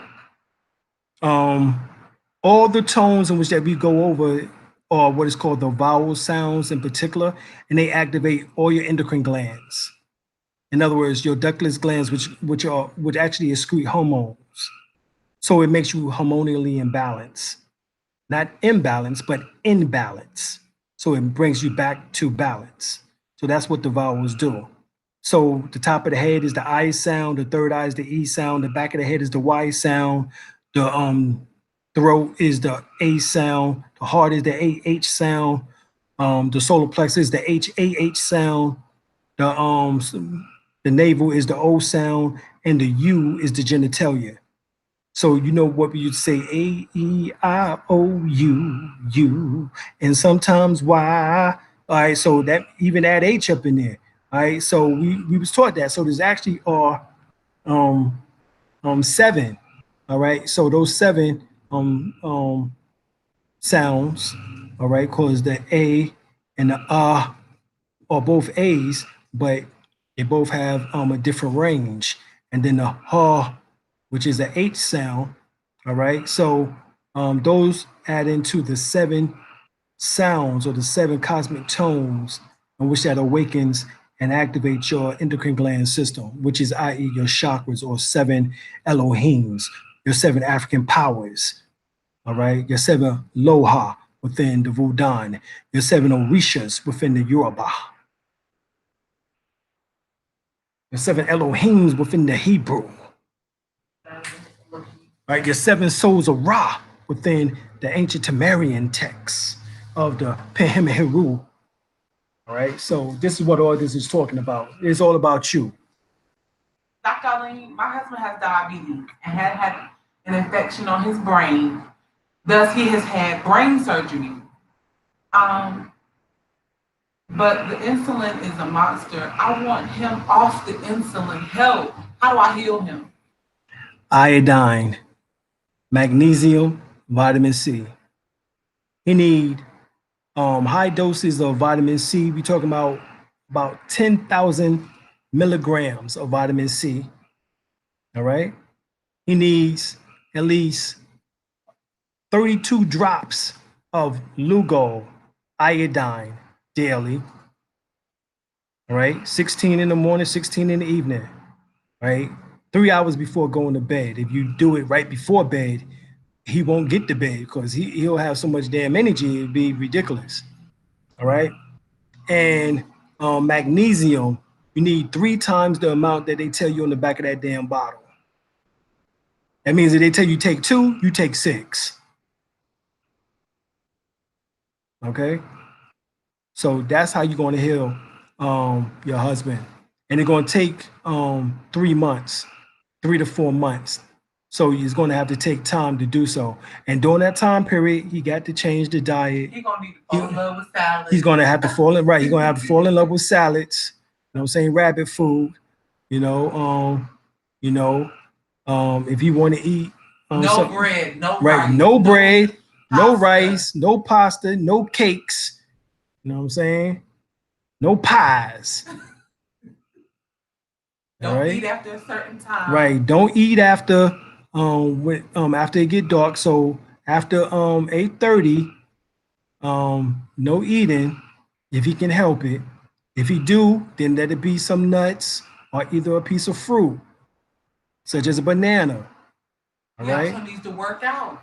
Yeah, and also during that time, might not want to work out, but might have to. Definitely work out. Watching TV. Yeah, as my wife said, walk while watching TV. Do something. You know what I'm saying? Hell, get something in which that is fairly heavy and lift that shit. You know what I'm saying? With your arms. Kick your legs out. Get in a chair that's high enough and do like you did when you was a kid and kick your legs out. Like your legs ain't touching like your feet ain't touching the floor. Whatever you need to do. You know what I'm saying? Leg lifts, crunches, whatever the case is, do something. You know, if it's do qigong or tai chi, right? That's what I do. I do qigong, tai chi. Also, learn Reiki. Learn the science of Reiki. All right. Also, dealing with that, you want to also get some eye stuff. All right. You want to get stuff that helps with the circulation, vitamin B complex, in particular vitamin B6 and vitamin B12. You want to increase the dosage on that. You also want, so a lot of green leafy vegetables, spinach, kale, right? Lettuce, right? Cabbage, purple cabbage, all right? Okra, right? The slimy stuff you can put in a glass of water and let it sit overnight in the refrigerator, and in the morning drink it, all right? If you go to, you got to find a Spanish shop, a Spanish store like Compare Foods or somewhere like that, and get you Burgos banana. right, the burro bananas, the small ones, or either the next size up from the burro bananas, all right, which are the smallest ones, the burro bananas, but then there's one size up, the larger size bananas in which that people normally eat, right, which sometimes might be too high in glycemic value, but it does have 3 to 4 grams of fiber, so the sugar won't actually make a lot of difference unless you juice it or something like that and you remove the pulp, right? That's the problem with juicing, is that the pulp is removed, in which that's the fiber. All right. And also, so those are the main things right now, right? Those are the main things that you definitely want to do. All right, next question. What can I do to heal adrenal disease? Iodine. Because adrenal disease comes from fear. That's what we're just talking about, is an overactive adrenal gland. And overactive adrenal glands, underactive pancreas, underactive and overactive thyroid glands, parathyroid glands, all of that can be cured with iodine. Iodine is supposed to be in all of your tissues, not just your thyroid gland or parathyroid glands, but in all of your tissues, all of your organs, all of your endocrine glands. And this is why they took iodine from out the salt. This is why you have salt sitting on your damn table right now that says does not contain the necessary nutrient iodine. Because they know that that's the shit that makes you sick. Give you high blood pressure. Oh, now you got to lay off the salt. Well, goddamn, I need iodine. Well, it ain't in the salt, so it don't matter, does it? But guess what? Iodine kills infections, is antibacterial, antiviral, anti-fungus or fungi, is anti-parasite, parasitic. It kills parasites. Right? So iodine is necessary. It also helps with the function of the liver to help the liver remove heavy toxins from out the body, such as lead. Especially for the people who's out in Flint, Michigan, that's what they're going to need. They're going to need a lot of iodine to get that damn lead from out their system, so their brain won't be effed up. Okay, we got the radiation from Japan, which they don't talk about. Why do you think they don't talk about all that damn radiation that came from Japan? From what's the name of that shit? Fumasaki or some shit. Fuma something. Don't get fooled. Right? But that's where it comes from. All right. So understand that. All right. Understand that. You need iodine to help with getting rid of the body's radiation. Right? Do the white tiny spots on my body mean that we're losing our melanin? And if so, is this unhealthy? No, that means that you got a zinc deficiency. You need more zinc. You need at least 60 to 100 milligrams of zinc a day. All right. And that's the reason why with the white spots on the body. Also, vitamin B12, you might be deficient in also, along with that. We know for sure that people are deficient in magnesium, right? 90% of the people in this country are deficient in magnesium and iodine. So it wouldn't hurt to add those two, those minerals. All right. So you're going to need a good mineral and vitamin to take. All right. Composition combined to take daily. Fukushima. Yeah, that's it. Fukushima. I knew it was Fuka something. Thank you, Tan. Yeah, thank you. Thank you, Tan. I knew it was Fuka something. Yeah, Fukushima. That's right. So Fukushima, that right there showed you, and they don't talk about it even to this day. They told you when it happened, but after that, back to the drama. Niggas getting killed every day. That was the drama that overcame that information. Oh, y'all said it too. And G Weeks said. Yeah, that was what happened, right? Yeah. But yet, you need iodine. Why? Because it get rid of radiation in the body. All right. Any cure for multiple sclerosis? Yeah, multiple sclerosis. That's the muscles, the nerves. All of that is talking about basically magnesium deficiency. All right. Everybody is magnesium. 90% of the people in this country is magnesium deficient because we don't eat green leafy vegetables like we used to. Matter of fact, magnesium and vitamin C and iodine is what cures cancer. Keeps you healthy. It prevents it. This is why Dr. Sebi told everybody, oh, you need to eat green leafy vegetables. Of course, he said, of course, spinach and kale wasn't on his list per se, but these are the easiest ones that you can get from the grocery store. I can't be an extremist because I understand my people. I'm like Dr. Layla Africa on that shit. You know what I'm saying? You ain't gonna be able to go into the forest and get bukawika. You ain't gonna be able to go get bukawika. You have to go and get some shit that might be right in the store that they have. They got kale and spinach up in that bitch. So you might have to go get that. Anissa said if someone's in a coma-like state, can you put the drops under their tongue? I told her I would dilute it first. But. Yes, you definitely have to dilute it. You can't put it under the tongue because his mouth will be messed up and be after you wake up, be wondering what the hell happened. It'll heal, but it'll burn. Yeah, it will heal, but it will burn. Iodine burns. All right. You just have to remember when you was a kid and they used to use iodine. It's been so long ago, you forget that how slick that they took that shit out of operation. How they moved it from the salt. How even sea salt don't even have iodine. How the hell is that possible? They took it out.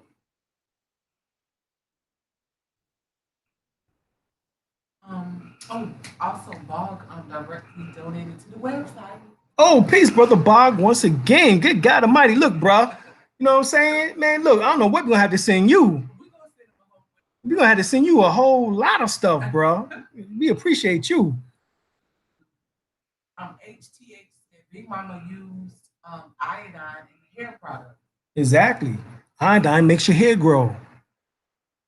You know why the Orientals don't have baldness, don't have a lot of baldness, like what we're seeing nowadays, is because they eat a lot of seafood, in particular, kelp, laderack, seaweed.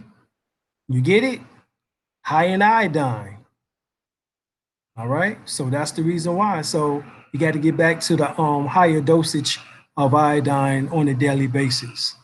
All right, I take about 32 drops in my copper cup. All right, that's what I do. Take about 32 drops in my copper cup. Matter of fact, shit, I'm drinking that right now. Is Ra a title similar to El or Bey? If not, Yeah, Ra is El. Ra is El. Okay, that's what Ra is. Ra is El. isn't Kafir an ancient name for Africa? Kaffir. Spell it once again. Kaffir. Kefir. It is said to be.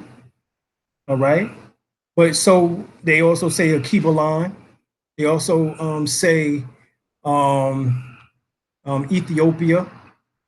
All right, yeah. Here go my cup of cut right now with my joints up in there. Yes, indeedy. All right, so yeah, Africa done had a lot of names. You know what I'm saying? But the one in which that stands out on the walls of ancient Egypt, Temeri, Kemet, is Afu, Afu-Ra. Afu-Ra speaks about when Ra is moving into the flesh or moving into matter, which is the same story that we just told everybody about with the soul entering into the body. All right. So Ra moving into matter is talking about that. So we become Afu-Ra, and then we also exhibit the breath of life, which is the Ka. All right, which is also Shu. The Afu-Ra Ka combined becomes the spirit housed in the body or housed in the melanated body. All right. Essentially, you have many interpretations of that, but basically that's what it comes out to. All right. So,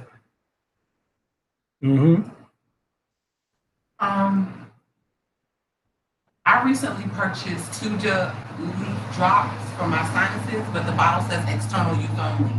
Confused on how to use it for internal use health. And I basically told her that it may have stabilizers in it. right. So if it says for external use, then don't use it internally. Right. What you can do is Tuja leaf is cedar. All right. Cedar leaves. That's Tuja leaf. Yeah. That's cedar. All right. So make you a tea. So you can actually get some cedar leaves and make you a tea. And that's Tuja leaf, right? Tuja means the tree of life. So the cedar is basically called the tree of life. Okay. Also, cayenne pepper will help your sinuses. Oh yeah. Ginger. And mullein, yeah. and bear root, which is called bear claw. Open you right up. Yeah, open you right up. Matter of fact, spearmint, peppermint, lavender, rosemary, eucalyptus. Especially if you put it on the upper respiratory area of the chest. You put it too far down near the breast area, it might grow hair with the peppermint. All right. But you put it up here like Vicks, like the way that Vicks used to be rubbed on your chest when you was a child. You know what I'm saying? Shoot, your mom, dad put that Vicks up on that ass and shit, you was up, running around in no time. And what is Vicks? No, that's all Vicks is eucalyptus, maybe a swig of peppermint oil and then petroleum. All right, y'all know what that is. Anissa, she said, so Ka would be the Kaaba, right? The house of the soul in Mecca. That's right. So the house of the soul in Mecca is called Kaaba. You have your Merkabah, which is your physical body, which is the real house. All right, that's the real house. Mir, which is the pyramids themselves. Mir also means counter light field, or counter rotating rotating light on field. Ka, of course, means spirit, breath. External breath, that is. Internal breath is Shu, which is the personification of air. And then, of course, you have Ba, which is the physical body, as it's talking about is melanin, because melanin is the physical counterpart to the spiritual soul. So the Ba also symbolizes the soul, soul also.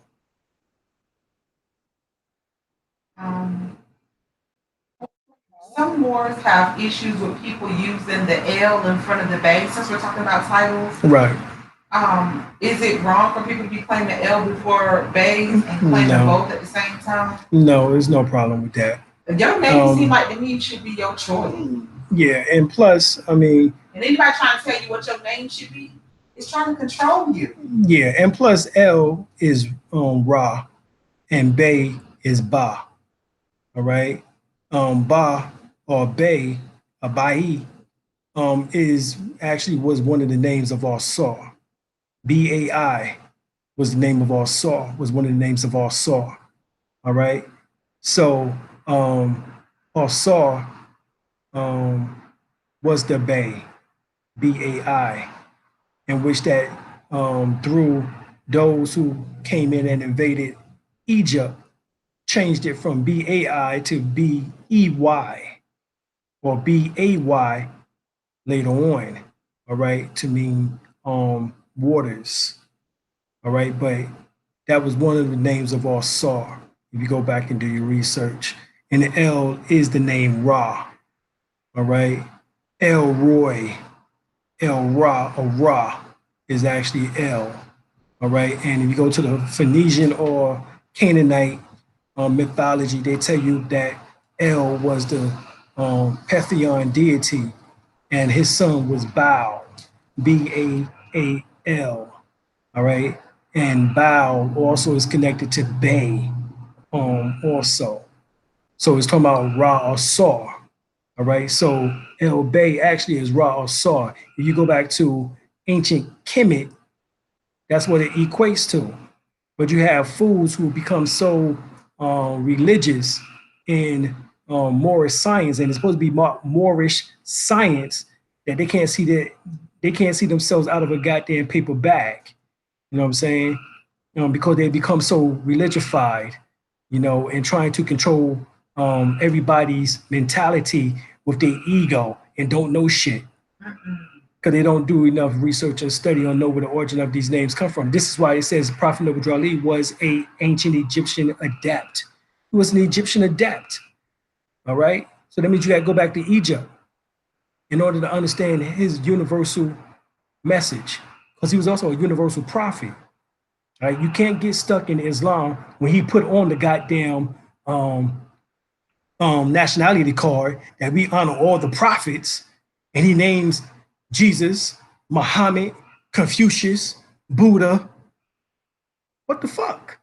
Come on. You know what I'm saying? I'm not into that. I'm not into worshiping the man. You know what I'm saying? I take their messages and the teachings and we exalt this shit to the next level, because this is about uplifting fallen humanity, not about worshiping one person. You can give credence and you can give acknowledgement and acknowledgments to the individual, and that's good and dandy. But when you start worshiping something greater than yourself or other than yourself, and that becomes an issue. All right, and you can't do that. Not if you're looking towards transforming into the light body. What's your stance on CBD? Who? CBD? I think that's cannabis. Oh, yeah. The shit that they got out nowadays ain't no good. That shit is GMO. And this shit is actually killing people. We didn't never killed nobody before. You know what I'm saying? There's no documented cases like that about weed killing somebody, but now there is. You know what I'm saying? As soon as the first week when they legalized marijuana in Colorado, the first 2 weeks, motherfucker was down. I'm dying like crazy. You know what I'm saying? So that's GMO weed. You don't got no seeds, leave. All right? You need, right, don't be smoking them tweeds. You need drug the world. Just have everybody just drug. This last result. You know what I'm saying? Only Black Muhammad said that drugs and as the last result, they'll give you their white woman, your pale woman. You know what I'm saying? So these are the things in which that they will have to do, because they don't have. Matter of fact, there's 26 states right now where the European death outnumbers the birth. 26 states right now. Right now. You know what I'm saying? So that's more than half of the country.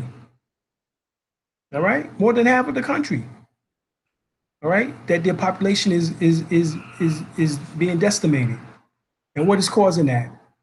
You coming into more knowledge of yourself, and you become the sun on planet Earth, which radiate those UV rays, just like the sun up in the sky. That's why they still in the Mexican brothers and sisters' children, because melanated people are having abortion, and they still need organs. Right. So that's yeah. Yeah. This is the reason why, because they know that soon their population will not be. I remember being told this in 1989 by my biology professor.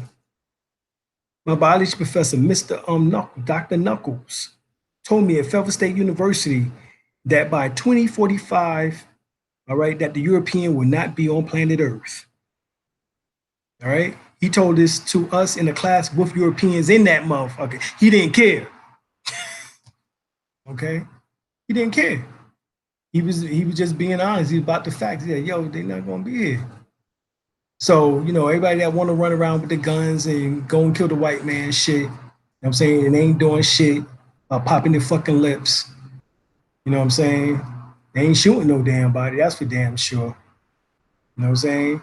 And I don't recommend that you go and do so, because nature handling this shit, just like Elijah Muhammad told y'all already. Mr. Farrakhan been telling you that. All right? So, you know, get in line, overstand, focus on yourself, get your shit straight before you go down with the goddamn Titanic. And also, too, people crave drugs because they are vitamin deficient. Right. Exactly. Somebody just super chat. Oh, okay. Another super chat. Appreciate that. Brother Williams. Brother Williams. All right. I got to drink a swig from out of my cup. The brother said, I have been drinking distilled water for 3 months now, and I've noticed great improvement. Why is clean water like distilled so necessary? Well, distilled don't have minerals in it. So that means that you don't have to risk it having mercury, lead, or either some type of other carcinogen inside of it, cadmium, strontium, fluoride, or whatever the case is, any of those minerals that your body don't need. You know, so spring water may have that. Distilled water is vaporized, so therefore it falls back down as clean water, just like rainwater used to do before they started putting up all these goddamn chemtrails. So it is necessary in order to remove heavy metals from the body, you got to have distilled water. All right, that's what's going on.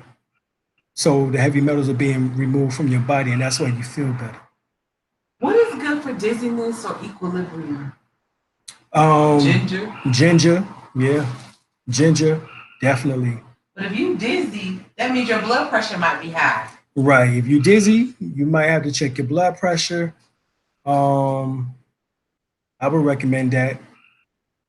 All right. If you smoke and stop, fella. Right. That'll make you dizzy too. Right.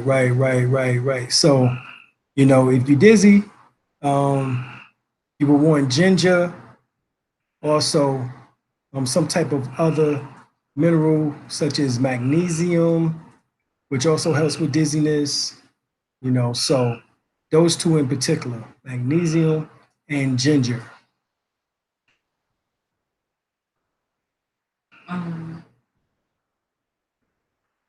What is the source to find out how you're deficient in minerals and nutrients?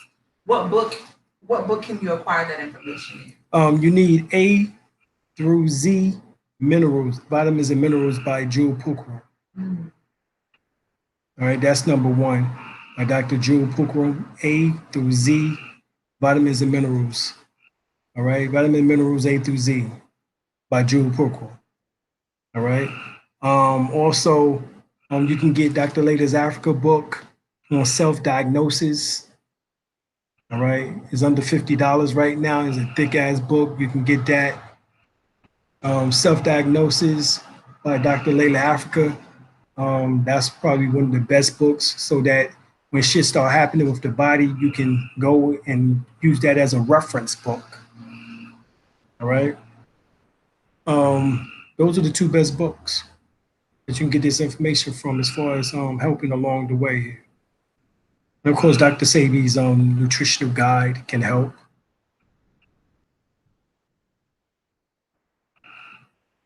Appreciate you. Oh, okay. Well, there's no more questions. Word. It's time to go. All right. We up out of here. We appreciate everybody who's super chatted. We appreciate everybody that came and checked us out tonight. And we're going to keep doing this because we want to get this information out. Yo, we got to heal.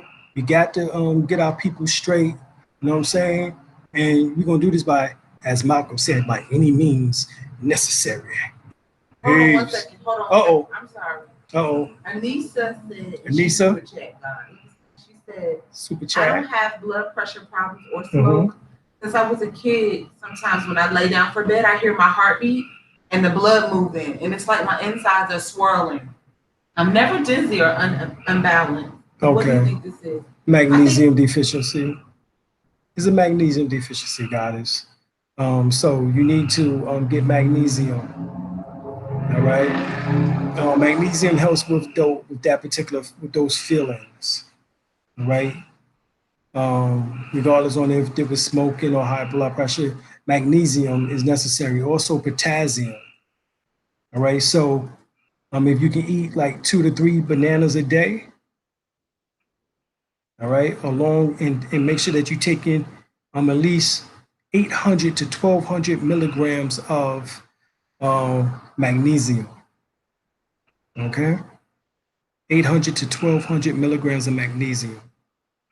What's good for nerves? Nerves, vitamin C and B complex. All right. So if you take at least 3 to 5,000 milligrams of vitamin C for the nerves, along with vitamin B complex, in particular B6 and B12, that will help greatly.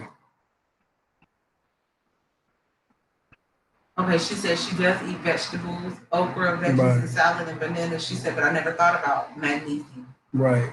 It's magnesium. And of course, the understanding is that even though you supplement and you're doing, of course, see, a lot of people are saying, well, let your food be your medicine. The thing is that the food can't be the medicine because a lot of the nutrients is no longer in the soil like it used to be. All right.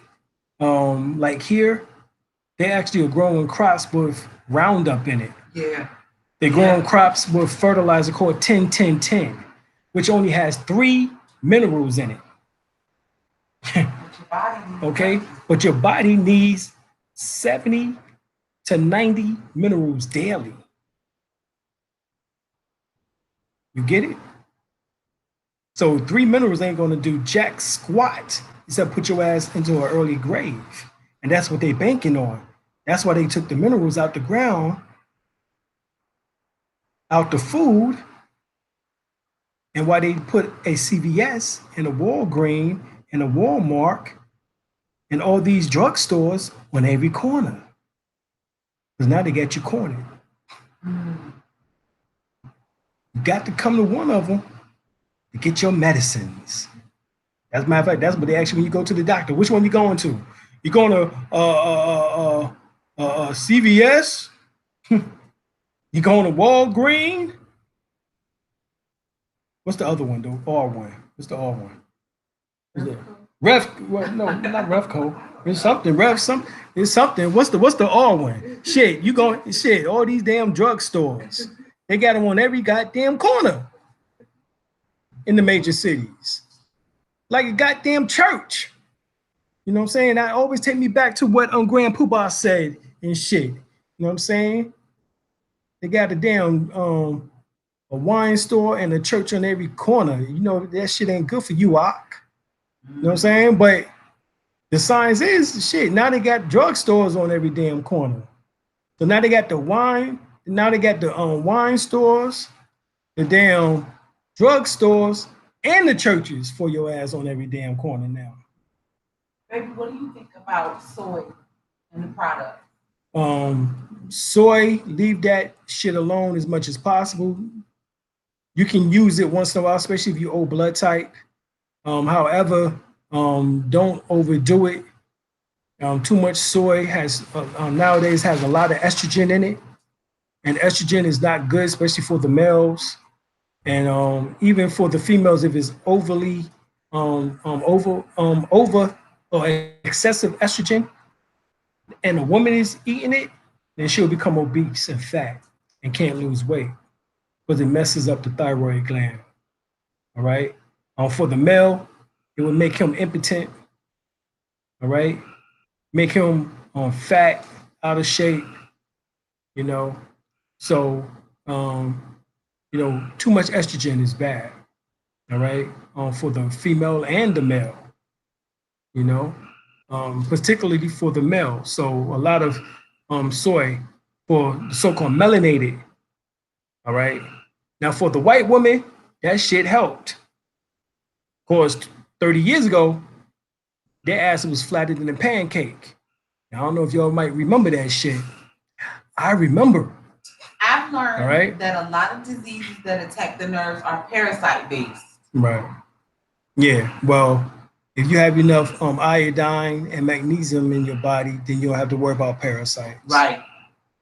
Your immune system is compromised when you can have parasites. Right. Right.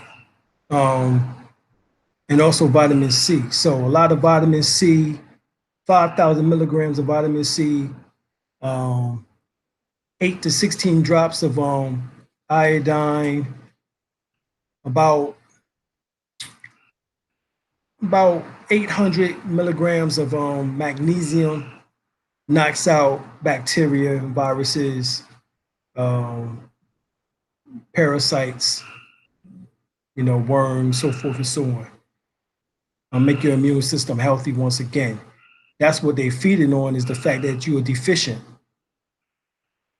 All right, so the decaying process starts in, and so shit, you get worms before your ass even die.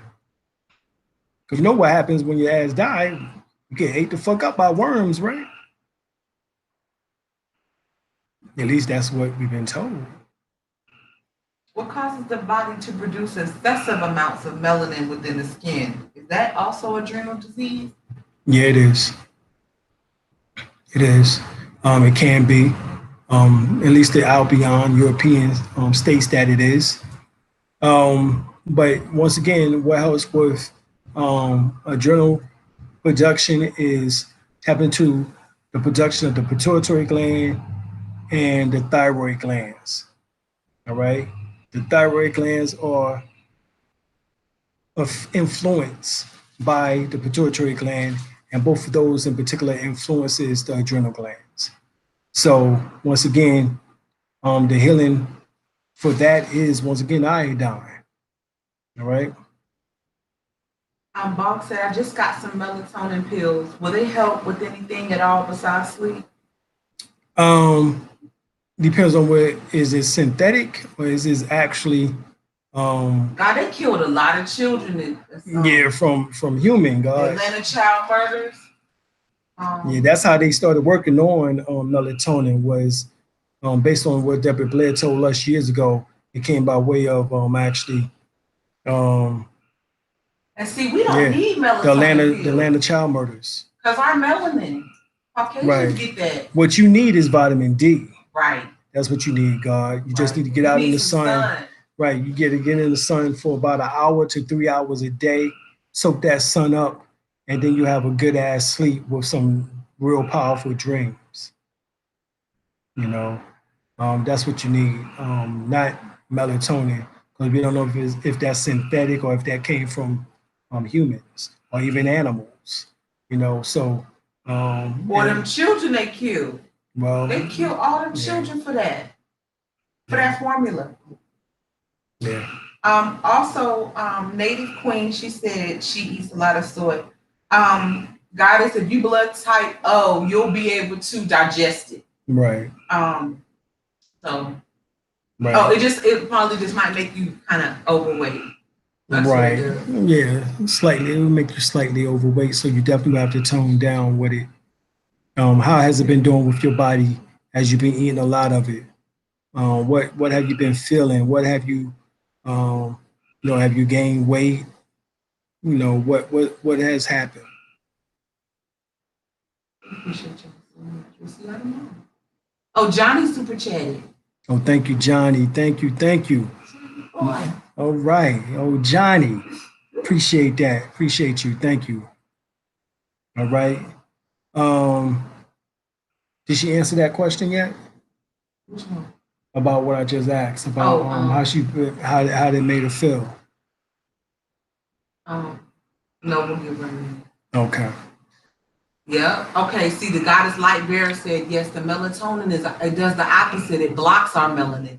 That was designed for Caucasians. Right, because it's synthetic oftentimes, or like we said, it could come from humans or animals, and the humans could have been those in which that's been, slaughtered, because we know for sure that's how they got the formula for it.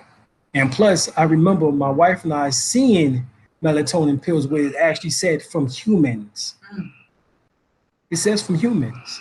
So you definitely have to be careful about that, because Bobby said that he got wind, and this was back in the 90s, in the early 2000s, when me and Bobby was talking about it. And he also did a lecture on it, in which he broke down the fact that he said that he got word that one of the sisters took on the melatonin, and because it came from a human, that they started having all types of bad dreams and shit. You know what I'm saying? Because you're talking about someone else's DNA, somebody else's message codes. You know what I'm saying? And karma and thought process all up in that shit.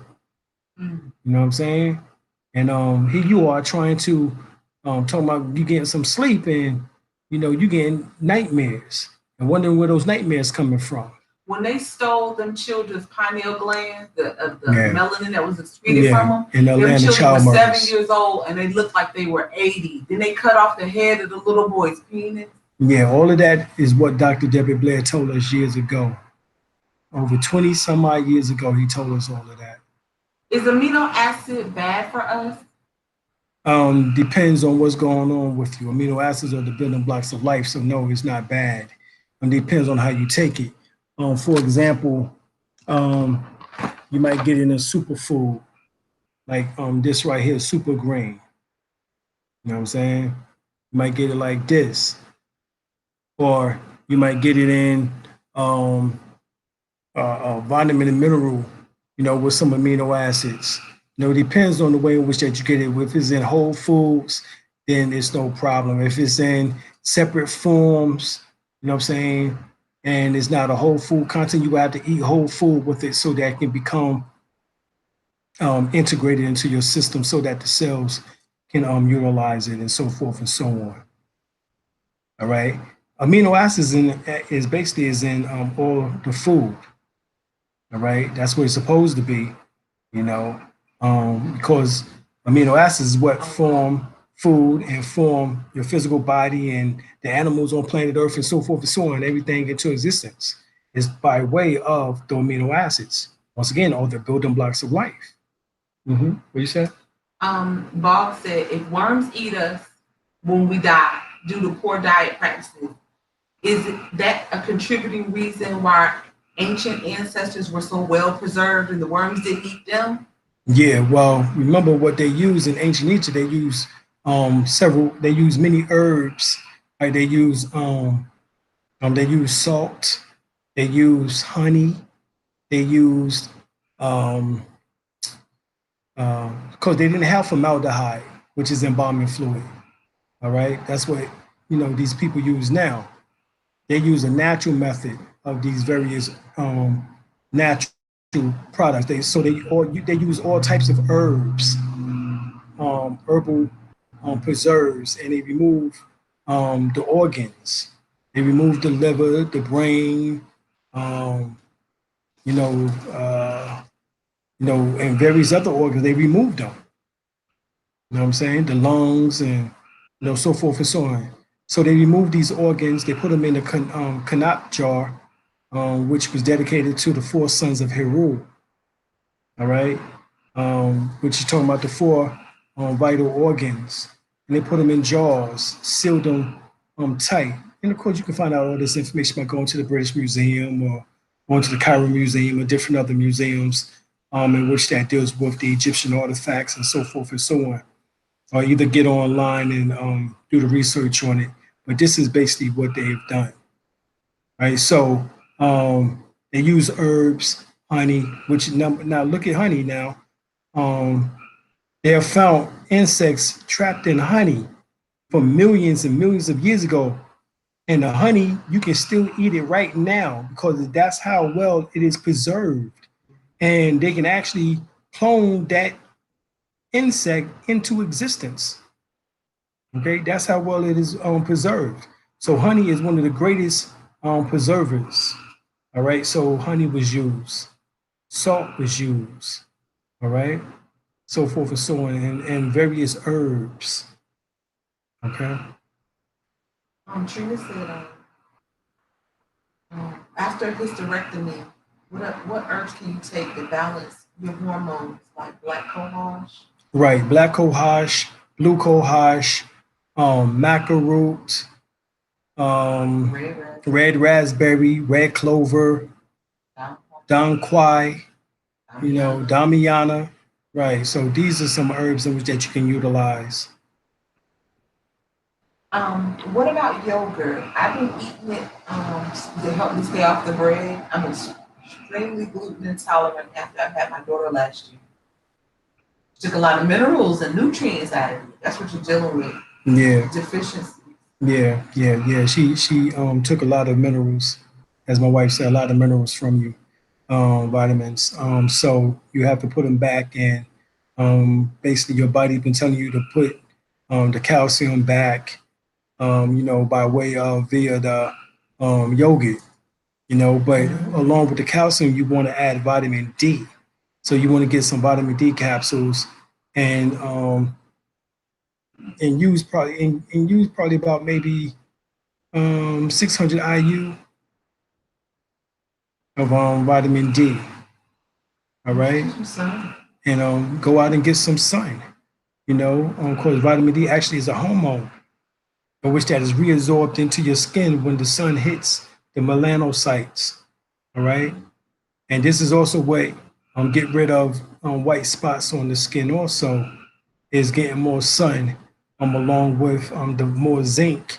And like I said, you need at least 50 to 100, 50 to 60 to 100 milligrams of zinc. That's necessary for that, for the spots on the skin, as well as also for the question that you just asked too. All right, so zinc is necessary. That helps with functions of the sexual glands to the brain. All right, so that basically helps with the whole body. And if you got white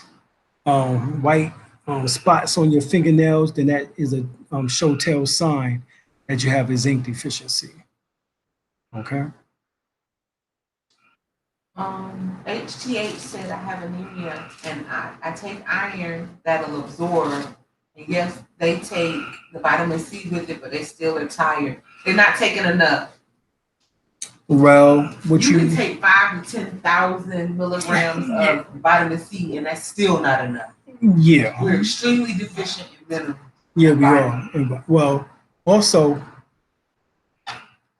copper. All right. What they found out is that they claim that you iron deficient when you might be copper deficient when it comes to anemia. All right. So you want to, along with taking iron, you want to also take copper. Okay. And one of the best ways to do it is in a copper cup. All right. Where you can let the water, put the water in the cup and let the water in the cup sit overnight and then drink it in the first thing in the morning. All right. Then also with that, you want to add in magnesium. Okay. Like we said, about 800 milligrams of magnesium you want to add in. All right. So along with the iron. All right. And if you still fatigue, what happened is that iodine is necessary, because that means that you must be deficient in iodine also. And right now, when you go to the hospital or to the clinic and you ask your doctor to check out your thyroid glands, he's gonna say that your shit is normal. When the normal, if they won't know what not normal until 0.5, but it ranges from 0.5 to 5 on the scale. So your shit can be like 1.2. And he'll say, oh, that's normal. But goddamn, you're almost missing 3.8 scale in which that you could be in better health. All right. And they know that people are deficient in iodine. So they just telling everybody, oh, you're normal. Your shit is normal. And that's not right, especially us. Because when you don't have enough iodine as melanated people, guess what happens? Bacteria and virus infections.